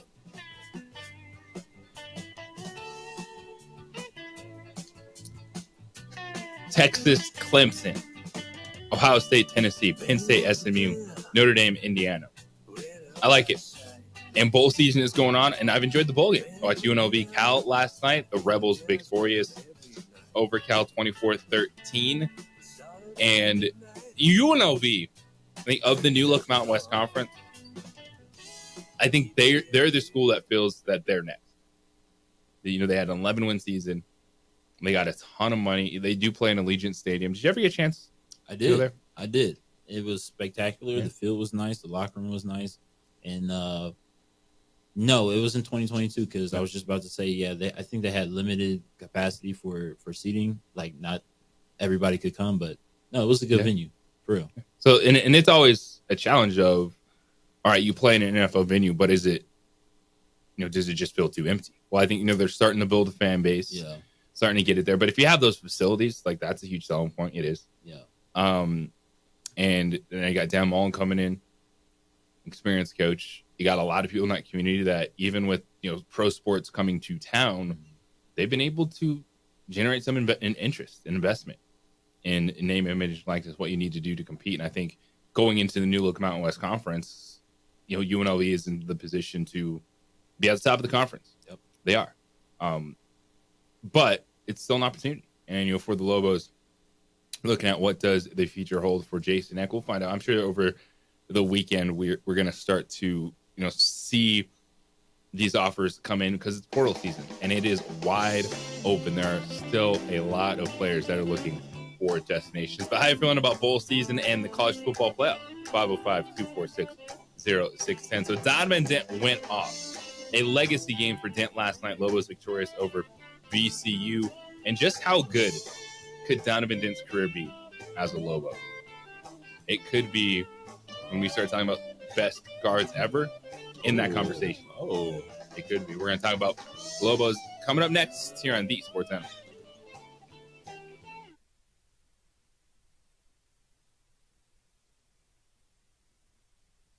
We would like to thank the following sponsors for making this broadcast possible.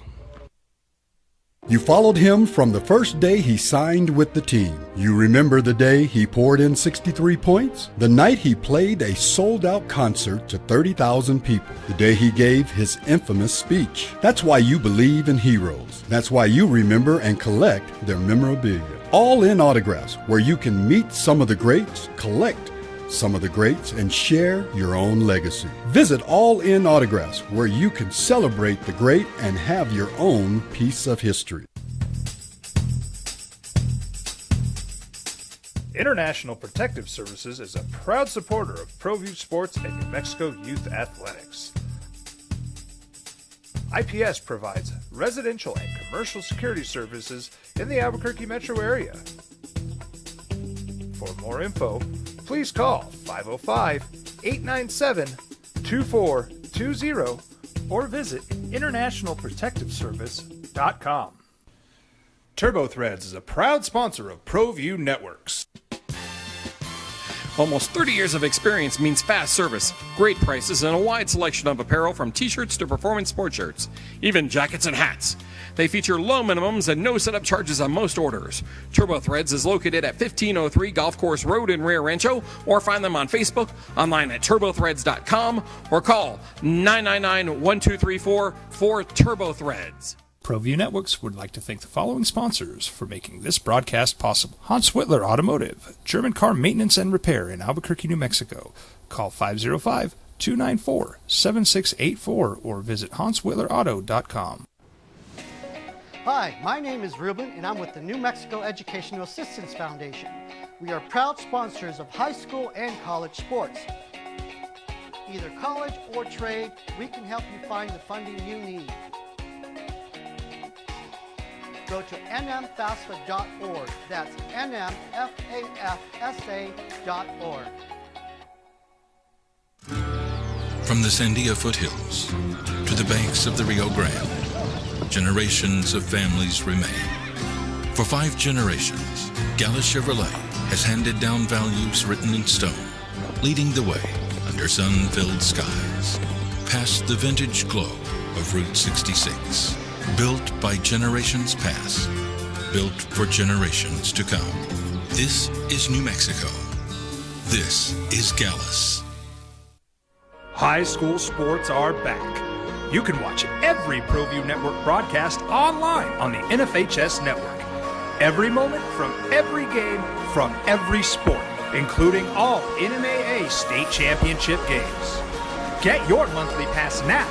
Just go to ProViewNetworks.com, click on the NFHS logo, and sign up today. Watch New Mexico's best.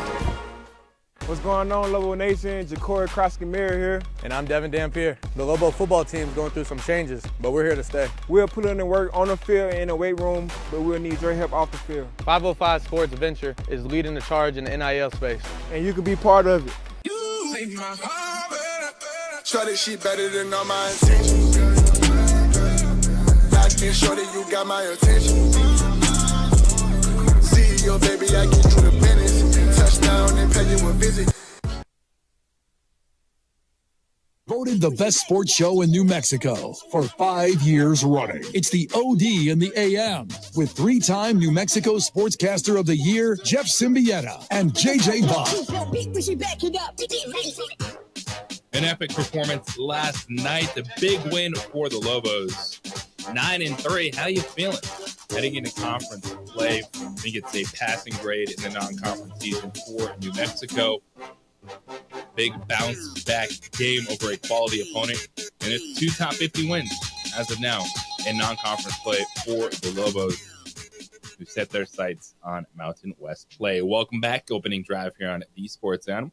JJ Buck joined by Cy Riley, Zay Johnson, Adrian producing on ProView Networks. You can check us out there streaming online at Xfinity Channel 26. It was a 78-71 win for the Lobos over VCU last night, and they they looked like the better team from start to finish. VCU was able to hit some 3-point shots, put some pressure at times on the Lobos, but even without True Washington, New Mexico found a way, and their way was just get behind Donovan Dent, get downhill, get to the rim. 40 points for the junior, 14 of 26 from the field, 2 of 4 from 3, 10 of 11 from the free throw line. Lobos led 37-30 at the half, and they led for 38 minutes in this game. Like I said, they were in control from the start, and that was a rotation that looked different without True Washington, who was unavailable due to a lower body injury. CJ Nolan got in some foul trouble, but it was a size advantage, man. And Nelly Jr., Joseph, Mustafa Amsdale, and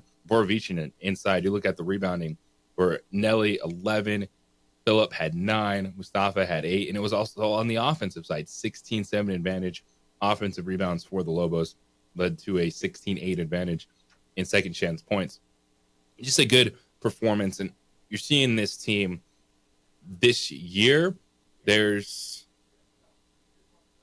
growing into the expectations. You know, you come in off of last year, going to the NCAA tournament, you have those expectations again for this year's team. They're 9-3, but I do think there's been some points, and it wasn't just the New Mexico State game where you're wondering, you know, all right, what is this team going to be, and what level ceiling do they have? And they can be in every single game because of Donovan Dent. But then you see the size that they have inside. I was really impressed for 40 minutes. And again, I said it, man. Like, this is the type of game where you can also project ahead and go, man, if, you know, Donovan Dent continues to do this for another year and a half, like, he's going to go down as one of the best guards ever played at the University of New Mexico. That's the type of stuff we're seeing right now. Well, he's a great ball player. And again, he did this against the number 7 defense in KenPom efficiency. Yeah. Like, BCU is no slouch. So, you know, again, you heard Coach Pitino talk about it earlier, and just attacking the ball screens. That was, you know, what they just decided to do. Just put him in the ball screens and let him, you know, get to work. He saw the lanes well, you know, didn't necessarily use his, you know, assists package. The assist numbers for the team wasn't up as a whole. They only had, 6 total assists as a team. So, wow, not a lot. No. So, yeah, get the ball in your best player's hands and let him go to work. And, you know, they took every single ounce of what he had to give in order to get them, you know, a 7-point victory at home. But a victory is a victory. And as they get into conference play, you know, they have their first 2 games on the road at Colorado State, at Fresno State. But the first home game is against Nevada. And we all know how, you know, these UNM Nevada games can get. So we're going to need it. Yeah, and I just look at, you know, when you have games where a player can take over, like Donovan Dent, we know he can be efficient, he can set other people up. But, you know, seeing him take it upon himself, reading the situation, having a game like that, 40 points, it was first 40-point game since Jalen House scored 42 points back in 2022. First 40-point game by a Lobo in the pit since Elijah Brown scored 41 points against Fresno State in 2016. So I'm a little newer, right, to the college football, at least in college basketball. 6 assists in a win in a big game like this. How often can the Lobos or a basketball team in general, not in a good way, like that, 6 assists in winning a game is extremely impressive. I mean, obviously you get some players that could get that 1/2. Yeah, it's not the formula for sustained success offensively, but it's when you have a player score 40 points. Yeah, take what they give you. That's what's going to happen. If they're going to give it to you, you don't need assist. Yeah. and the thing with Donovan, too, is he's shown you that, you know, the assists are going to be there because he's the only player in the nation that's had 3 25-10 games. Mm-hmm. Absolutely. So it's just it's reading the moment. That's what good players do. Exactly. That's what good teams do. And that's kind of where I was going. Just going back to how he had an offensive explosion in the second half.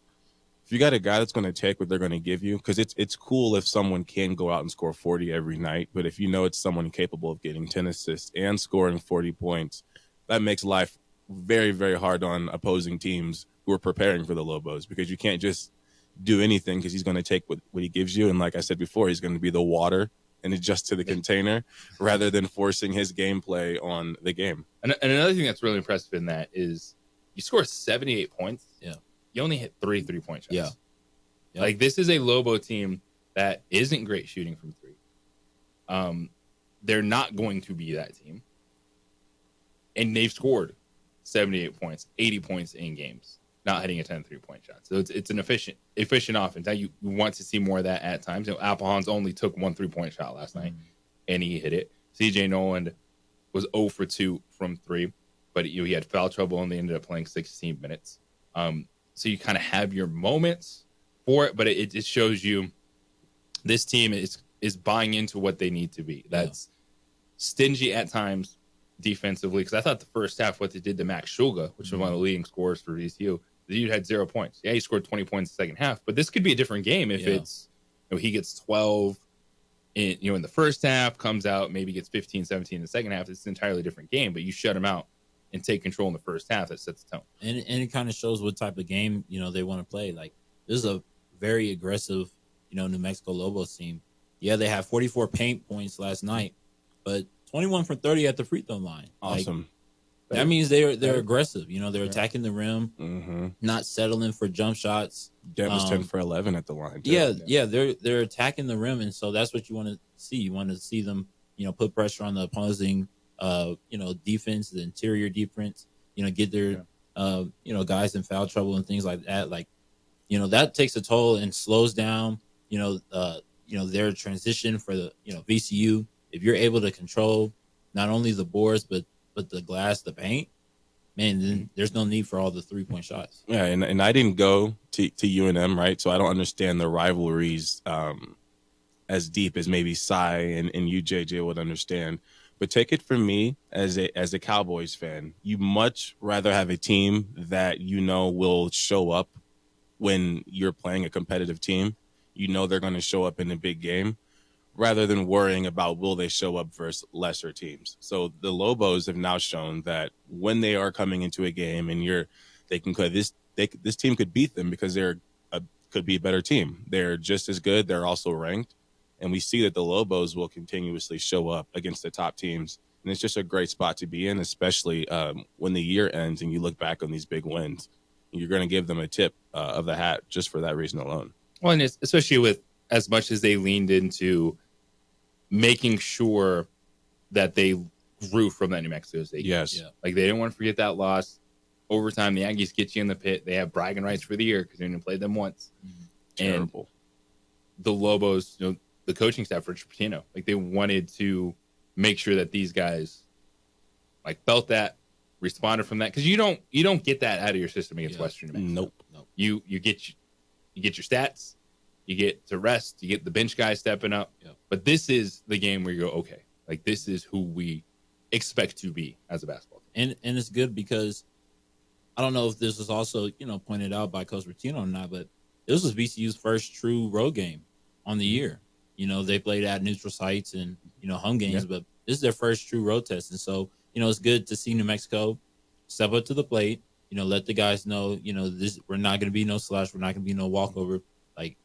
Enjoy the atmosphere. Over 11,000 fans showed up last night. And I know, Lobo fans were getting a little antsy about the attendance numbers, but 11,000 on a Wednesday night, over 11,000, that's a good showing.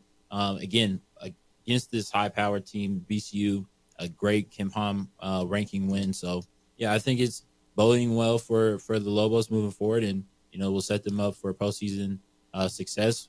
With conference starting on the 28th. And I'm here to politely call out the Lobo fan. I need the same energy when there's anger about the losses. I need the same you're energy. Discovering how this works. Yes. You're discovering the lines that are just... after a loss, it's going to blow up. But after Donovan Dent scores 40 points to beat VCU, it's crickets.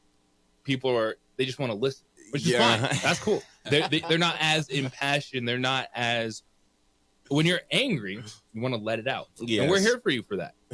But when they win, you just want to listen. I'll take it. You understand that? Yes. That's the way it works. Okay, I like it. Yes. So they're just cruising. They're just chilling. Sitting back in the office this morning on the way to work, dropping the kids off, just listening. Yeah, I guess that'll do. Donovan Dent. That'll just do. Listening to the performance of the Lobos. And then when they take that L, it's going to happen a couple more times. They'll let it out. Mm-hmm. That's how it works. Okay. But we are here for you, 505-246-0610, Sports Animal Hotline and text line. We come back on the other side. We're we're going to let you hear from Patino and Dent, some post-game comments. What a performance. 40 points from Donovan Dent last night. And also, I want to get into, should you let Madden ratings dictate how you run a football team? Ooh. It might actually be better. This is my kind of question. For certain organizations to use Madden to run their football team. But a story came out involving, who else? The New York Jets when it comes to Madden ratings. We'll hear from Patino and Dent. On the other side, it is the opening drive here on the Sports Animal. Sunday on Compass Media Network's coverage of...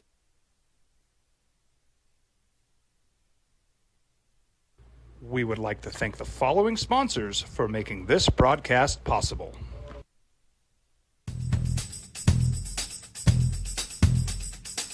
International Protective Services is a proud supporter of ProView Sports and New Mexico Youth Athletics. IPS provides residential and commercial security services in the Albuquerque metro area. For more info, please call 505-897-2420 or visit internationalprotectiveservice.com. New Mexico celebrates the holiday season with the 19th Isleta New Mexico Bowl. Our state's premier annual sports event is Saturday, December 28th at University Stadium. College football's postseason with New Mexico flavor. All your info is at NewMexicoBowl.com.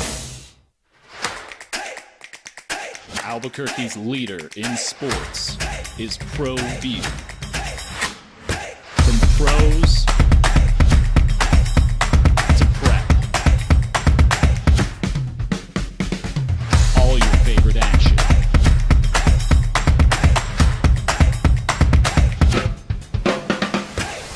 All your favorite talk shows.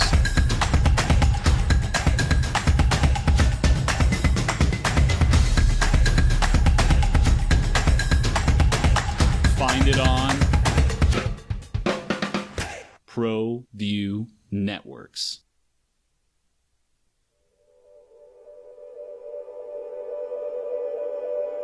We aren't all born with the same opportunities. But it's the people who care that change everything. Get ready, Sprout, get ready! My coach. My teacher. My older sisters. My grandma. My brother. My tutor. My dad and my mom. As New Mexicans, it's up to all of us to do our part. So that no child goes without love. And no family has to do it all on their own. They're all our children. Every single person is called to make a difference in the life of a child. It's up to all of us to do our part. To pull together. Pull together. Pull together. To make New Mexico the best place to be a kid.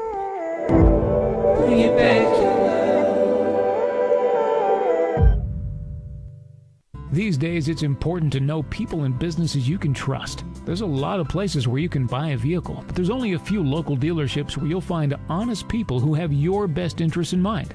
And Fiesta Kia is one of them. We've been helping our neighbors save money and drive dependable cars for years, and we'd love to help you. With new Kias arriving daily, you'll love our selection and the peace of mind you'll get driving a Kia from Fiesta. So stop by and see us today at Fiesta Kia on Lomas, or just start driving now at fiestakia.com. We would like to thank the following sponsors for making this broadcast possible. You followed him from the first day he signed with the team. You remember the day he poured in 63 points? The night he played a sold-out concert to 30,000 people. The day he gave his infamous speech. That's why you believe in heroes. That's why you remember and collect their memorabilia.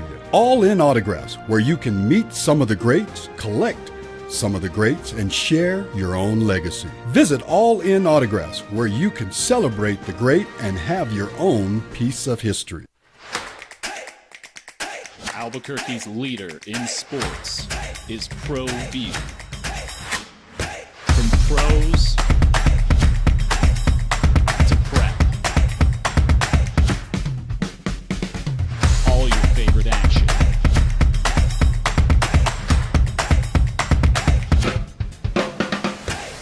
All your favorite talk shows.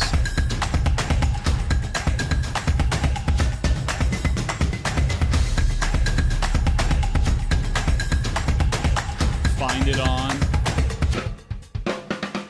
ProView Network. Networks. Well, I'm going to the front.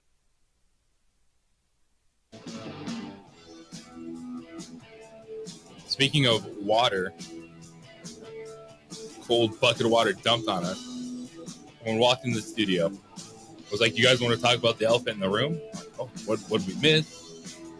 Kind of like a Diego Pavia thing. And what else?" He's like, "So how much money is Donovan Dent going to make somewhere else next year?" You're like, "Oh, why do you gotta do that to us right now?"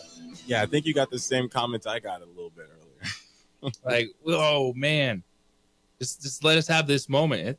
It's possible. But we were joking. Like, there's a chance that the Lobos might give Donovan Dent every ounce of NIL money they have. There might not be anyone else making money on that roster next season other than Donovan Dent. He's gonna have to do the Travis Hunter if they try to keep him around. But let's not worry about that, Lobo fans. Let's enjoy the moment.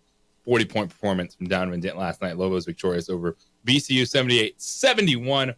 Lobos 9-3 in non-conference play. Jay Buck, Cy Riley, Zay Johnson with you this morning.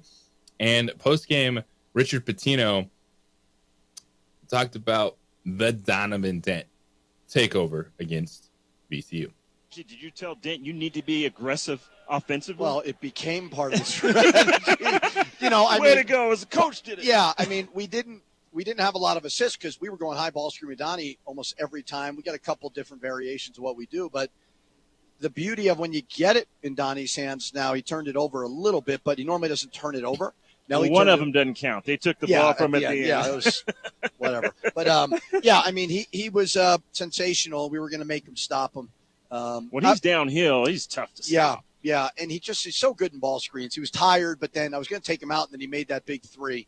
But, yeah, it was just one of those. As the game started to go on, I'm like, screw it. We're going to put the ball in Donovan's hands. Keep it simple.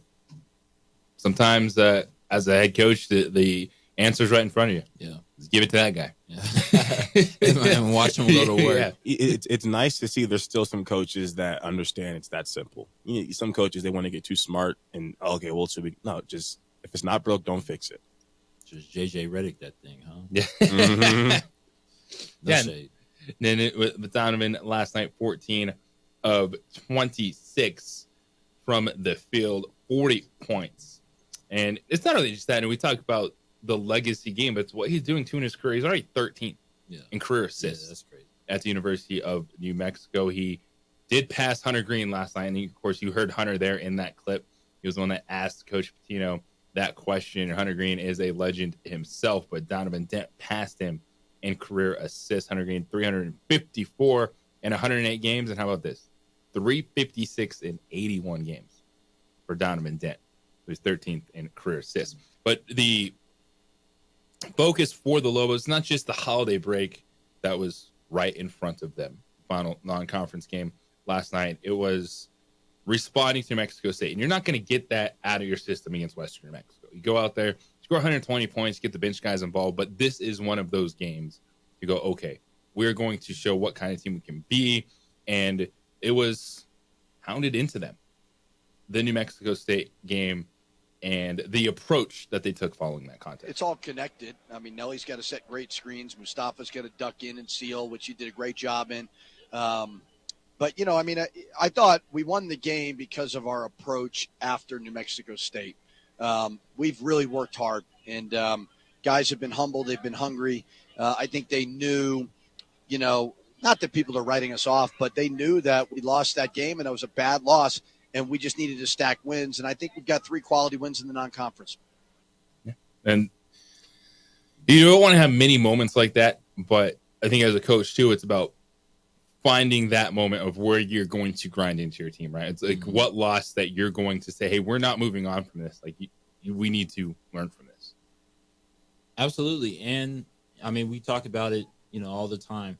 You don't want to let one loss turn into 2 and 2 to turn into 4. And now, you know, your season's off track and now you're fighting, you know, just to make your conference in the season tournament. Like, you don't want to do that. So, you know, the expectations that Lobo fans have, the expectations that they have for themselves, I mean, that's what you got to do in order to make sure that this team is as equal, if not even greater than the team previously that just won a conference championship. So you got to find your way into the bubble, and that's the way that you got to find not into the bubble, into the March Madness tournament. That's the way that you got to do it. If you were on the bubble last year, you got to kick the door in yourself this year. Yeah, and I feel like what you guys will start to notice is that when I blame things on coaches, it's not because I have a thing for the coaches, but I also praise the coaches when I think they should be praised. Because as the years went on, I was playing, especially in college, I never had the same coach for 2 years ever once in my long college career. And what I learned was the biggest difference between each of those is they all handled losses differently. And I think back to high school when I had my best coach ever and how he handled losses. And the one big difference was all 6 of those coaches, losses didn't bug them that much. They didn't switch up practice schedules. They weren't quick to do those things, but my best coach did. So when I heard Pitino say, 7 a.m. practices, when I heard them say, I'm staying on him like I've never had to before, it felt like it was already written that they would win this game. I was confident they would win it just because I know they're being led the right way. And that also translates to Dent having 40 points. If Pitino would have said, okay, let's stop the on-ball screens and let's get somebody else involved, it wouldn't have looked the same way it looked. But I just really want to give Pitino the credit for just making those adjustments. Sports, it can be simple. There's a lot that goes into it, right? Sometimes, I'll be talking football, I want to learn, and then there's things that are said. I'm just like, wow, you just spoke a different language to me. But when it, like this situation, set a pick, go downhill for the basketball. Yeah. Right? Seriously. There we go. Space the floor, right? Space it, go downhill, let's go. I mean, that's what he's so good at. Like, again, we see all the game winners last year. Mm-hmm. That was literally give Donnie Dent the ball and let him go 94 and nobody could stop him. 2 defenders, 3 defenders, switching hands, reverse lay, like on his back over a guy. Like it doesn't matter, what the situation was when he had the ball in his hands and it was just, telling Donnie just go to work. He went to work, and that's what Coach Pitino and his staff decided last night. Just let him do his thing. 505-246-0610, the Sports Animal Hotline and text line for you this morning. Your thoughts on Donovan Dent's 40-point performance last night. First 40-point game in the pit since 2016. Elijah Brown did it. 41 points against Fresno State. And we've seen some really good scoring games in Lobo history. Marvin Johnson still at the top. His 50-point performance against Colorado State back in 1978. Kendall Williams had a 46-point game back in 2013 against the Rams. That was a fun one. And this is what I love. The eras of Lobo basketball. What era was kind of that you grew up in? That's usually the one you're most attached to. But I do think that Donovan Dent, we'll see what happens next year, right? Because got Mr. Coldwater coming in here during the break saying, man, he's going to be making millions of dollars somewhere else next year, possibly. And if Donovan has the opportunity to make millions of dollars, shake that man's hand and say, good luck. Because that could be the most money he ever makes playing basketball. Yep. But as of now, he is on a trajectory to be in the conversations that we have. When you are talking about, that there's, Jerice Scary, Hugh Greenwood, Kendall Williams, Clayton Shields, Royce Olney, going back to those teams, in the 80s and the 70s that a lot of you grew up with, like Donovan Dent is climbing that list of a person that we're going to talk about as one of the best Lobo guards ever.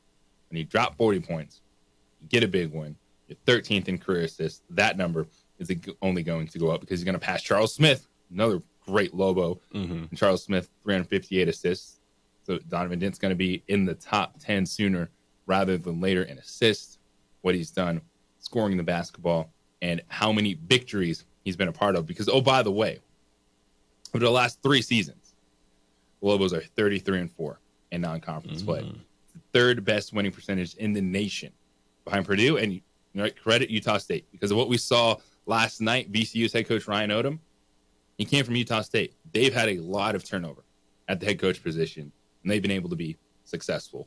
But the Lobos have been that team in non-conference play. Now you're hoping you can get back to March, and then you can be that team in the NCAA tournament. Yeah, I'm going to pick on Kenny Thomas next time I see him. Where's your 40-point game? How come you didn't give us 40 one time, Kenny? Hey, you could tell him he's number one in personal. Well, he's going to be in tomorrow morning, 9 a.m., kicking it with Kenny. So Kenny Thomas will be here, and We're talking to him about that. All right. Is he first in personal fouls? That's hilarious. He's number one in personal fouls, 383.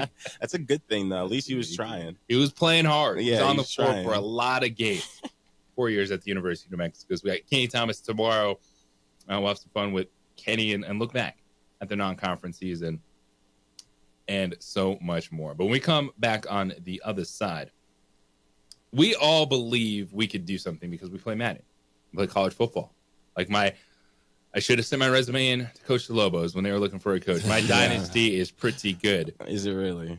But could franchises actually benefit from looking at Madden ratings? Is it as crazy as it sounds? Nope. We'll talk about that next. It is the opening drive here on The Sports Animal. The Sports Animal. We would like to thank the following sponsors for making this broadcast possible. Well, I'm going to the frontier, walking to the cashier, order up a root beer and a number one. Cover it with green stuff, one scoop is not enough. Find a booth is real tough, back by the Duke. Meet my family, meet my friends in the quirkiest restaurant I have ever been. All of Albuquerque's favorite spot, it's the Frontier Restaurant. The Frontier Restaurant is a proud supporter of ProView Networks. New Mexico celebrates the holiday season with the 19th Isleta New Mexico Bowl. Our state's premier annual sports event is Saturday, December 28th at University Stadium. College football's postseason with New Mexico flavor. All your info is at NewMexicoBowl.com. Hi, my name is Ruben, and I'm with the New Mexico Educational Assistance Foundation. We are proud sponsors of high school and college sports. Either college or trade, we can help you find the funding you need. Go to nmfafsa.org. That's nmfafsa.org.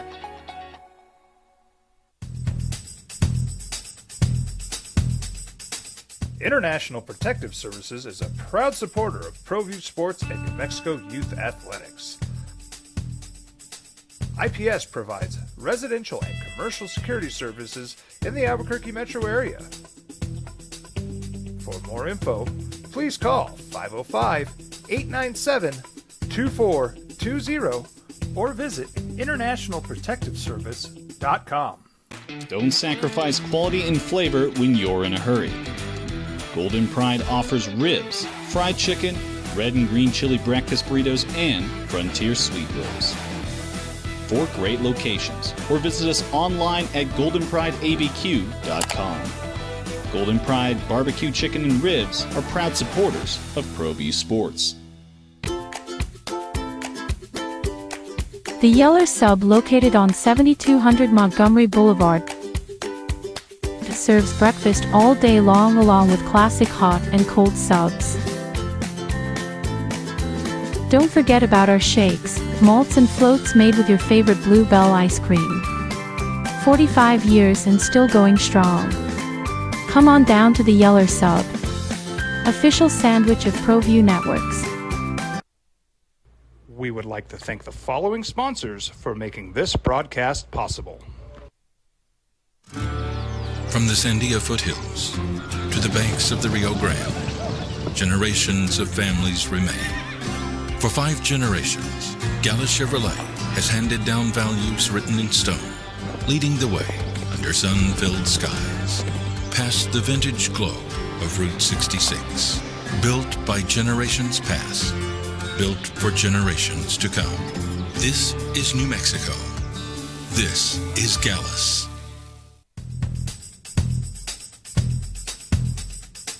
International Protective Services is a proud supporter of ProView Sports and New Mexico Youth Athletics. IPS provides residential and commercial security services in the Albuquerque metro area. For more info, please call 505-897-2420 or visit internationalprotectiveservice.com.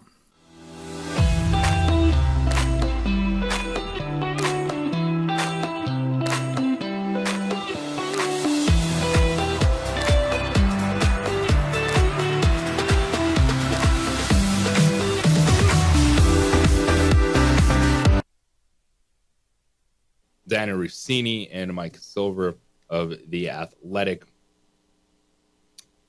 reporting on the New York Jets.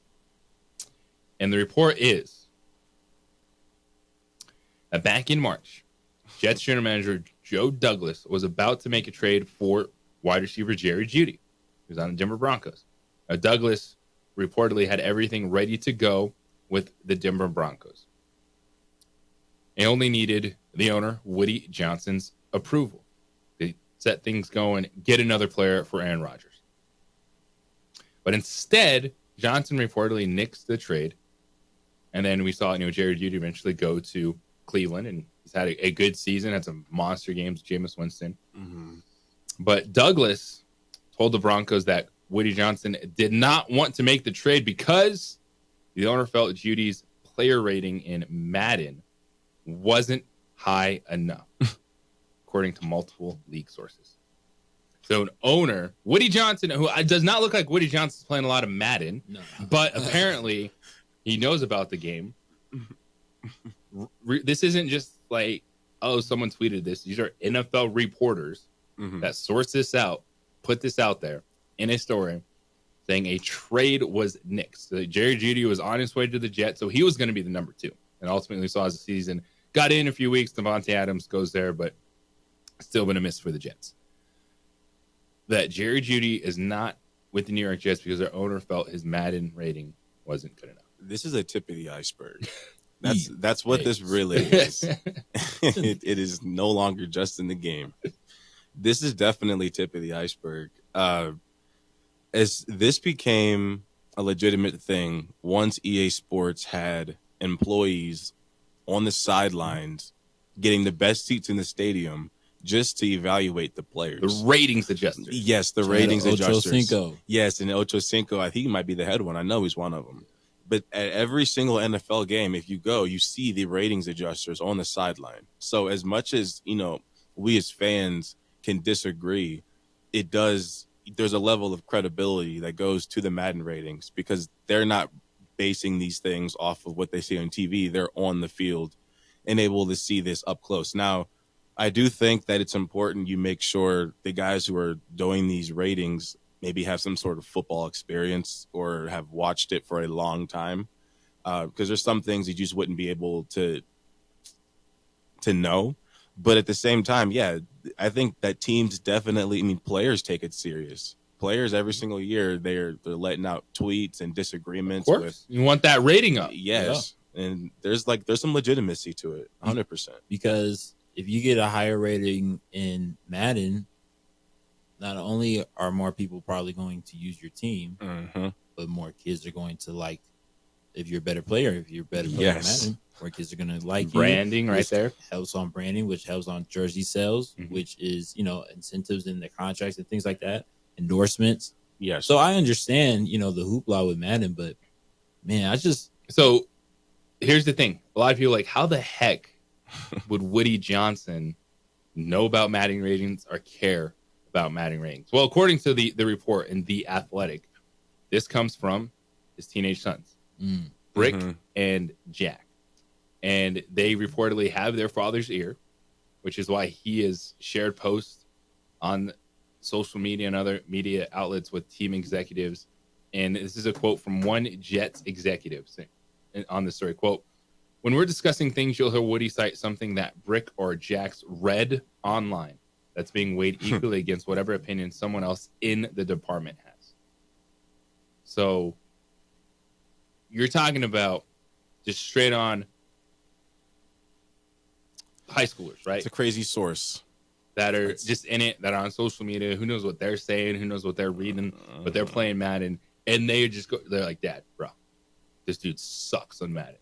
You cannot get him on the team." And his rating is 77. It was. I just looked it up. Dude was born in 1947. So I'm saying Woody Johnson, if he's out there playing Madden, good on you. But again, this is teenage sons.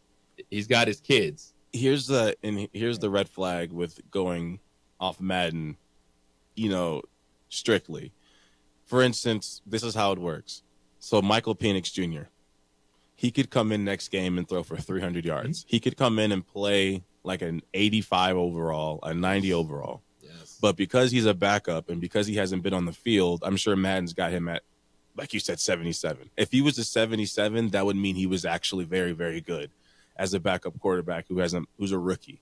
So you can't assume how somebody would fit in a different offense. You can't do the actual details by looking at the player.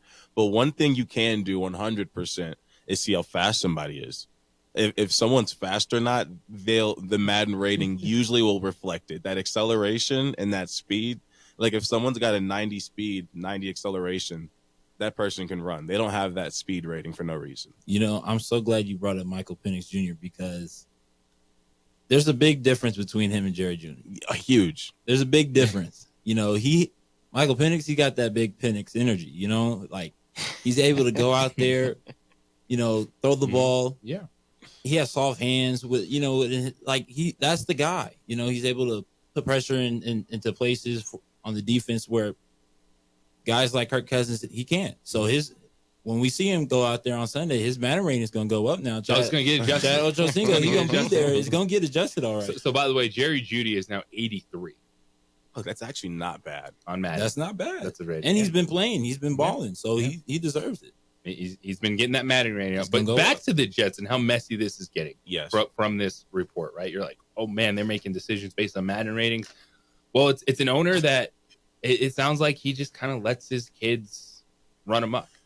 And these, obviously they're older, but still, it's, according to the Athletic report, it says the impact is more than just influencing their dad's opinion, the owner of the team. So Johnson reportedly allows his sons access to the locker room, one with players and coaches, and Brick and Jack have been heard bad-mouthing Jets players in the locker room after games. Oh, no. And it says Brick's presence led to a deflating moment in the locker room following the team's win on Halloween. It was the first one under interim head coach Jeff Ulbrich. So Rodgers had a game ball in hand ready to give to Ulbrich, a tradition that the head coach gets after their first win. But that did not happen. And the reports are that before Rodgers could speak, Brick Johnson took another game ball, awarded it to wide receiver Garrett Wilson in a profanity-laced exclamation, which the owner's son later posted to Instagram. So there's proof there. And then Woody Johnson came in and gave Ulbrich a game ball that Rodgers had been holding. And then it said multiple players just were left just feeling awkward and a cringeworthy experience. New York franchises, I don't know what's up with them. Like, what's up with them? Like, man, like, and we can all see this, right? Yeah. Just a classic owner, boss man, just letting his kids do whatever the heck they want. That is not how, especially with the amount of stakes that this team had going into the year. Mm-hmm. Like, man, dude, this is like this feels like I could just envision this skit happening. Yeah, I can too. Like, that's the crazy part. If the whole like, woo, like, oh, this freaking Brick is here again. Just imagine if Jerry Jones came out and said he picked something because of Madden ratings. People would lose their mind. The outrage that would take place. Yeah, something's got to happen in New York. I thought we had it bad over here in Cowboy Nation. At least Madden. No, you still have it bad. We got it terrible. We got it terrible. But at least say I trust Stephen Jones. Exactly. More than I would do these dudes running around. Yes, the facility. Even though he's starting to make me wonder. Hey, what a wild story. So it's just initially you're kind of laughing. You're like, okay, did someone like tell him, and was it really about Madden ratings? And then you're like, well, we might actually be listening to kids that are playing Madden and just letting them do whatever they want. And this is why the Jets, who thought they had a foundation, who thought they were going to be competitive, I believe they thought they were going to even compete for the division. I mean, that's what the whole hoopla was going into the offseason was Aaron Rodgers finally coming back healthy. They still have a formidable defense, Sauce Gardner, Quinnen Williams. Like, they had great players there. Breece Hall was coming back. Like, this was supposed to be the team. Robert Saleh, this was his make it a prove it year. And obviously things just went to the fan. And they're 4-10. Yep. And I don't think they're going to get to 5. And now too, the story from this is, do you believe it or not, the backtracking Aaron Rodgers is the reports are that he's saying he's willing to take a pay cut. He'll be he is, and he said he'll mentor a young quarterback. I bet he is now. Dude can't throw the ball. He can't move. Now, I will say his game last week, he turned back the clock a little bit, but that was more so Devontae Adams, doing what he did. But man, Aaron Rodgers, I would take a pay cut too. Like, I'm looking pretty shabby here. You guys want a couple million back? I could do that. I'll be here. Or you can bring in a young guy. I'll be nice to him. I might not have been nice to Jordan Love, but I'll be nice to this guy. I'll be nice to this guy. Well, whatever he did to Jordan Love, I guess you could say it worked. So maybe he needs to repeat. He needs to repeat. Credit Jordan Love that. 505-246-0610 Sports Animal Hotline and text line. How are you feeling about your Madden ratings this morning? It is the opening drive here on the Sports Animal.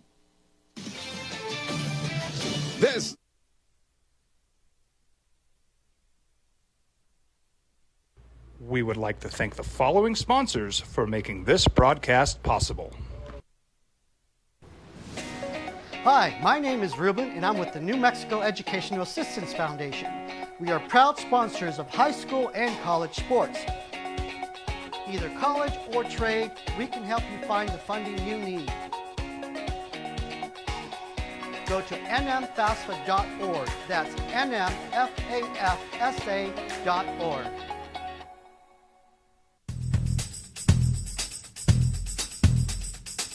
International Protective Services is a proud supporter of ProView Sports and New Mexico Youth Athletics.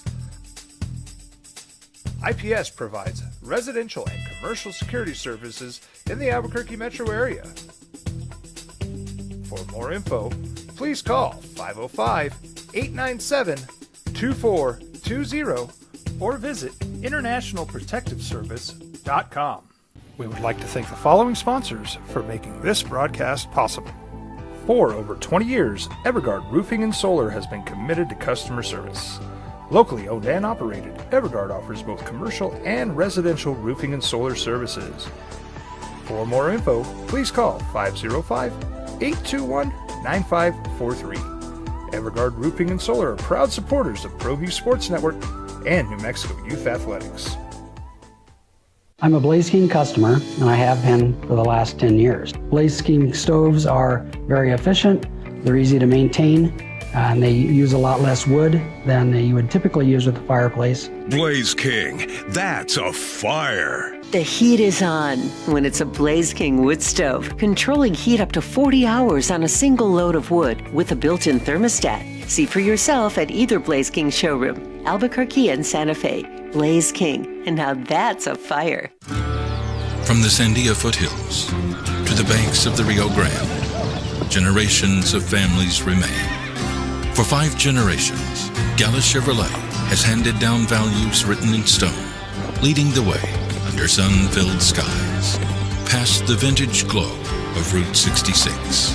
Built by generations past, built for generations to come. This is New Mexico.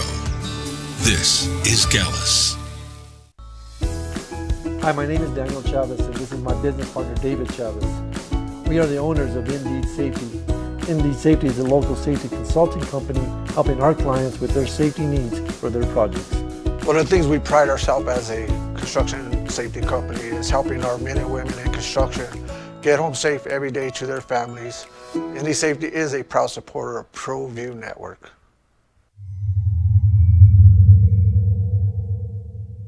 ProView Networks would like to thank the following sponsors for making this broadcast possible. Hans Whitler Automotive, German car maintenance and repair in Albuquerque, New Mexico.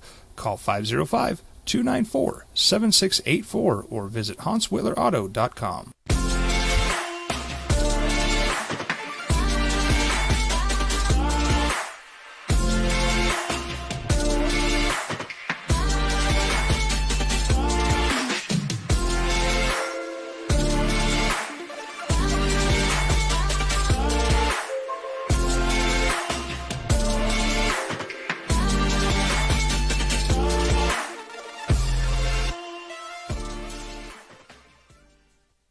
I'm David C. Chavez, personal injury attorney. For over 4 decades, our law firm has remained steadfast in our commitment to serving the remarkable people of New Mexico that have been injured through no fault of their own. I'm a New Mexican fighting for New Mexicans. I received my bachelor's degree at NMSU and earned my law degree at UNM. I can proudly say I'm both an Aggie and a Lobo. Call now and I will meet with you. 40 years strong, and we're still as local as red and green. I might not be in the cage as much anymore. Just like riding a bicycle, I can pick up the fight from where I left off. I'm not some slick-haired outsider posing with borrowed gloves. Big game Thursday night football tonight with the Broncos and Chargers in LA. The Broncos are 9-5. The Chargers are 8-6. Those are the 6th and 7th place teams in the AFC. And for Denver, a win would put them at 10-5, would split with the Chargers and give them that little bit of a cushion. But for the Broncos, you lose this game, the Chargers jump you, get up to 6, and then all of a sudden, Denver, you have a Cincinnati team that is right there at 6-8. But the Broncos play Cincinnati the following Saturday in Cincinnati. And then who did the Broncos finish the season with? Kansas City Chiefs. So this is a kind of got to win game tonight. Got to win. For the Denver Broncos to solidify their playoff positioning. If they lose to the Chargers, tiebreaker's gone. They drop back a little bit, and then they have to play a team that's chasing them in Cincinnati.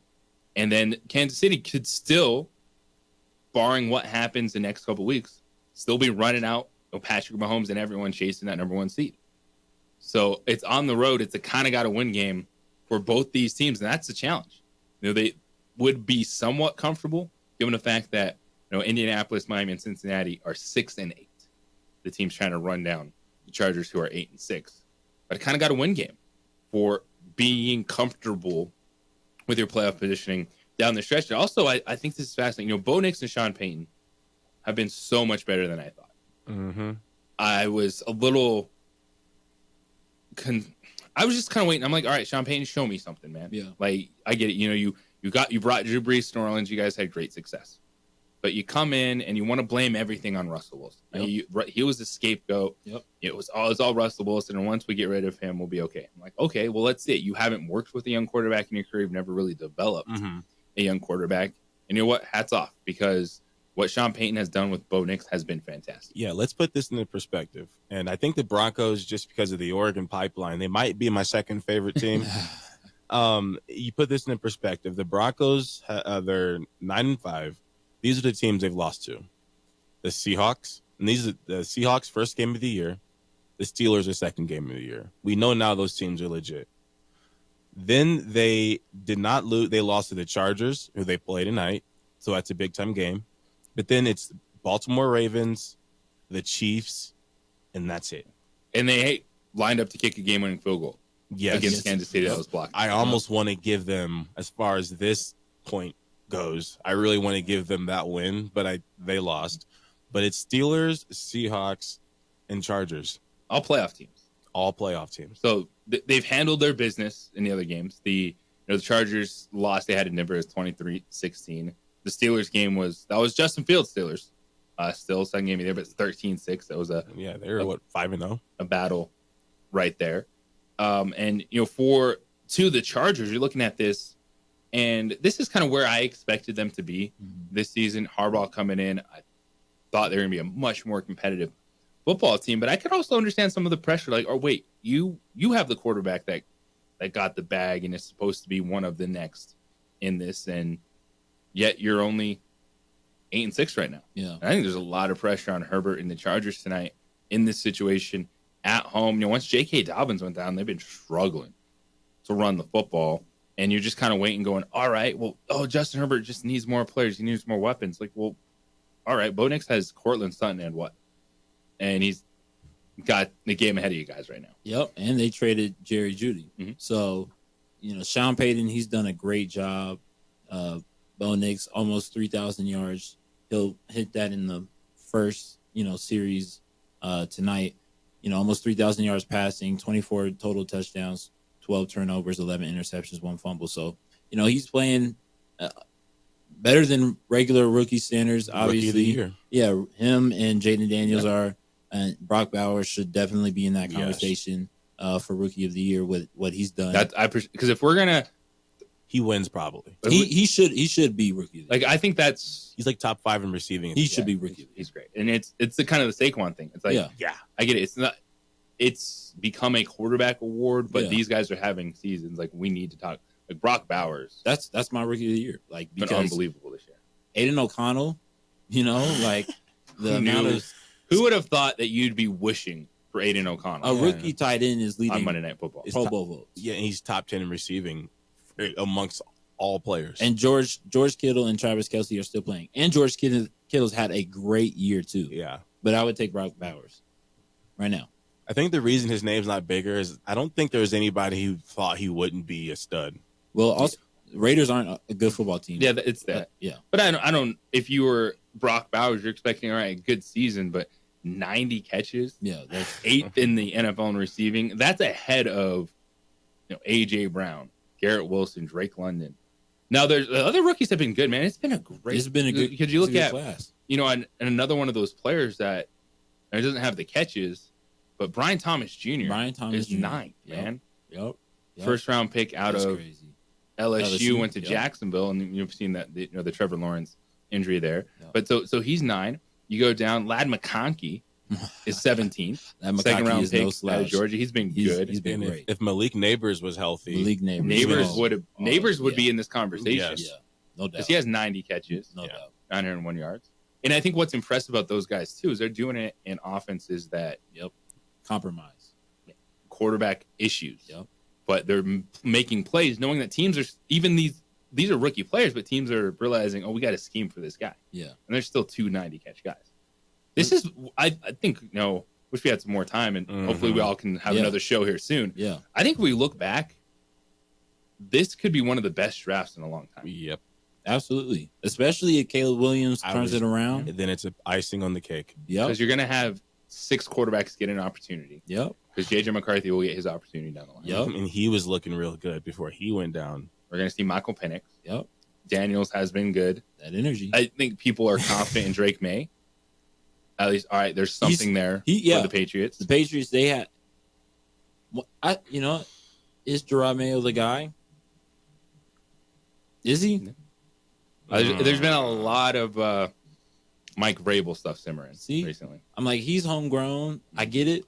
But, I mean, it just seems like every time he gets behind a mic, it's just like he's destroying his team. Like, if I'm going to go down, then everybody's going to go down. And nobody's really saying that he's going down, but it just seems like that's his thought process. What's all the hype about Vrabel?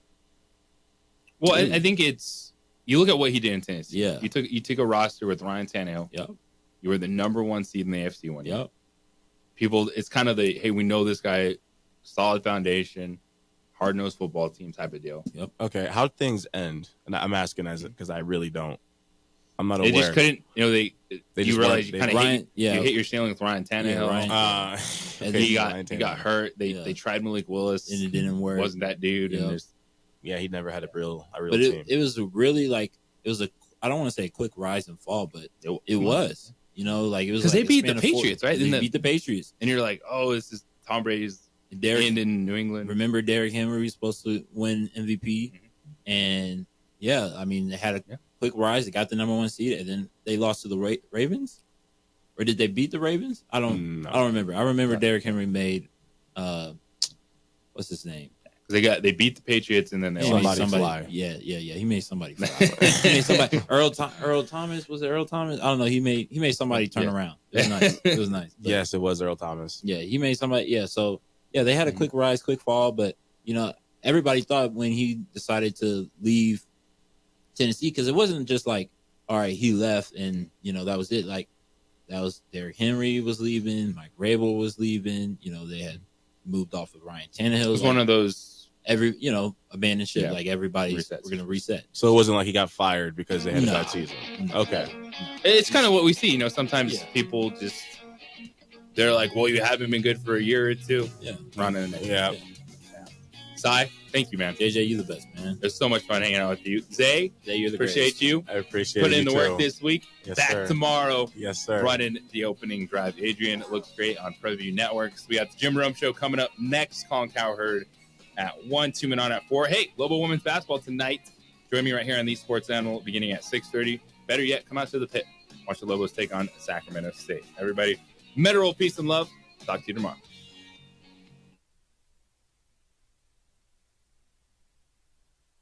We would like to thank the following sponsors for making this broadcast possible.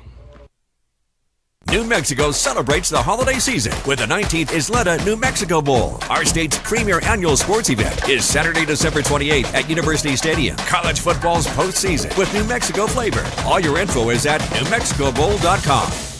You followed him from the first day he signed with the team. You remember the day he poured in 63 points? The night he played a sold-out concert to 30,000 people. The day he gave his infamous speech. That's why you believe in heroes. That's why you remember and collect their memorabilia. All in autographs, where you can meet some of the greats, collect some of the greats, and share your own legacy. Visit All In Autographs, where you can celebrate the great and have your own piece of history. Got shots?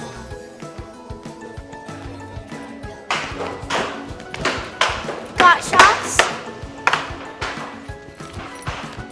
Got shots? During Got Shots, participating providers open their doors for any child who presents for immunizations, regardless of whether they are a patient or whether they have insurance.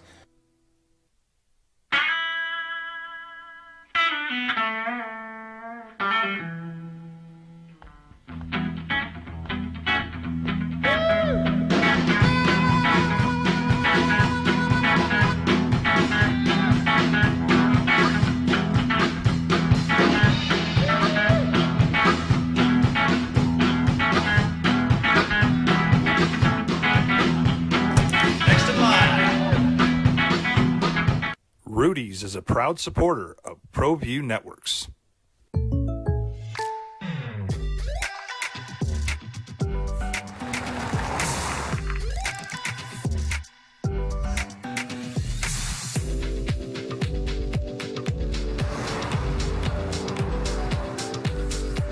For your surprisingly great rates, contact your local State Farm agent today. If you want the real deal, call State Farm agent Marty Size in Albuquerque today. Like a good neighbor, State Farm is there. Albuquerque's leader in sports is ProView. From pros to prep, all your favorite action.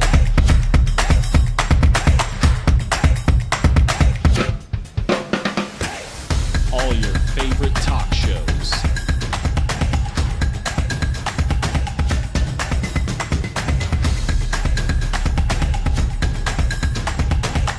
Find it on ProView Networks. We would like to thank the following sponsors for making this broadcast possible. For over 20 years, Evergard Roofing and Solar has been committed to customer service. Locally owned and operated, Evergard offers both commercial and residential roofing and solar services. For more info, please call 505-821-9543. Evergard Roofing and Solar are proud supporters of ProView Sports Network and New Mexico Youth Athletics. Hi, my name is Ruben, and I'm with the New Mexico Education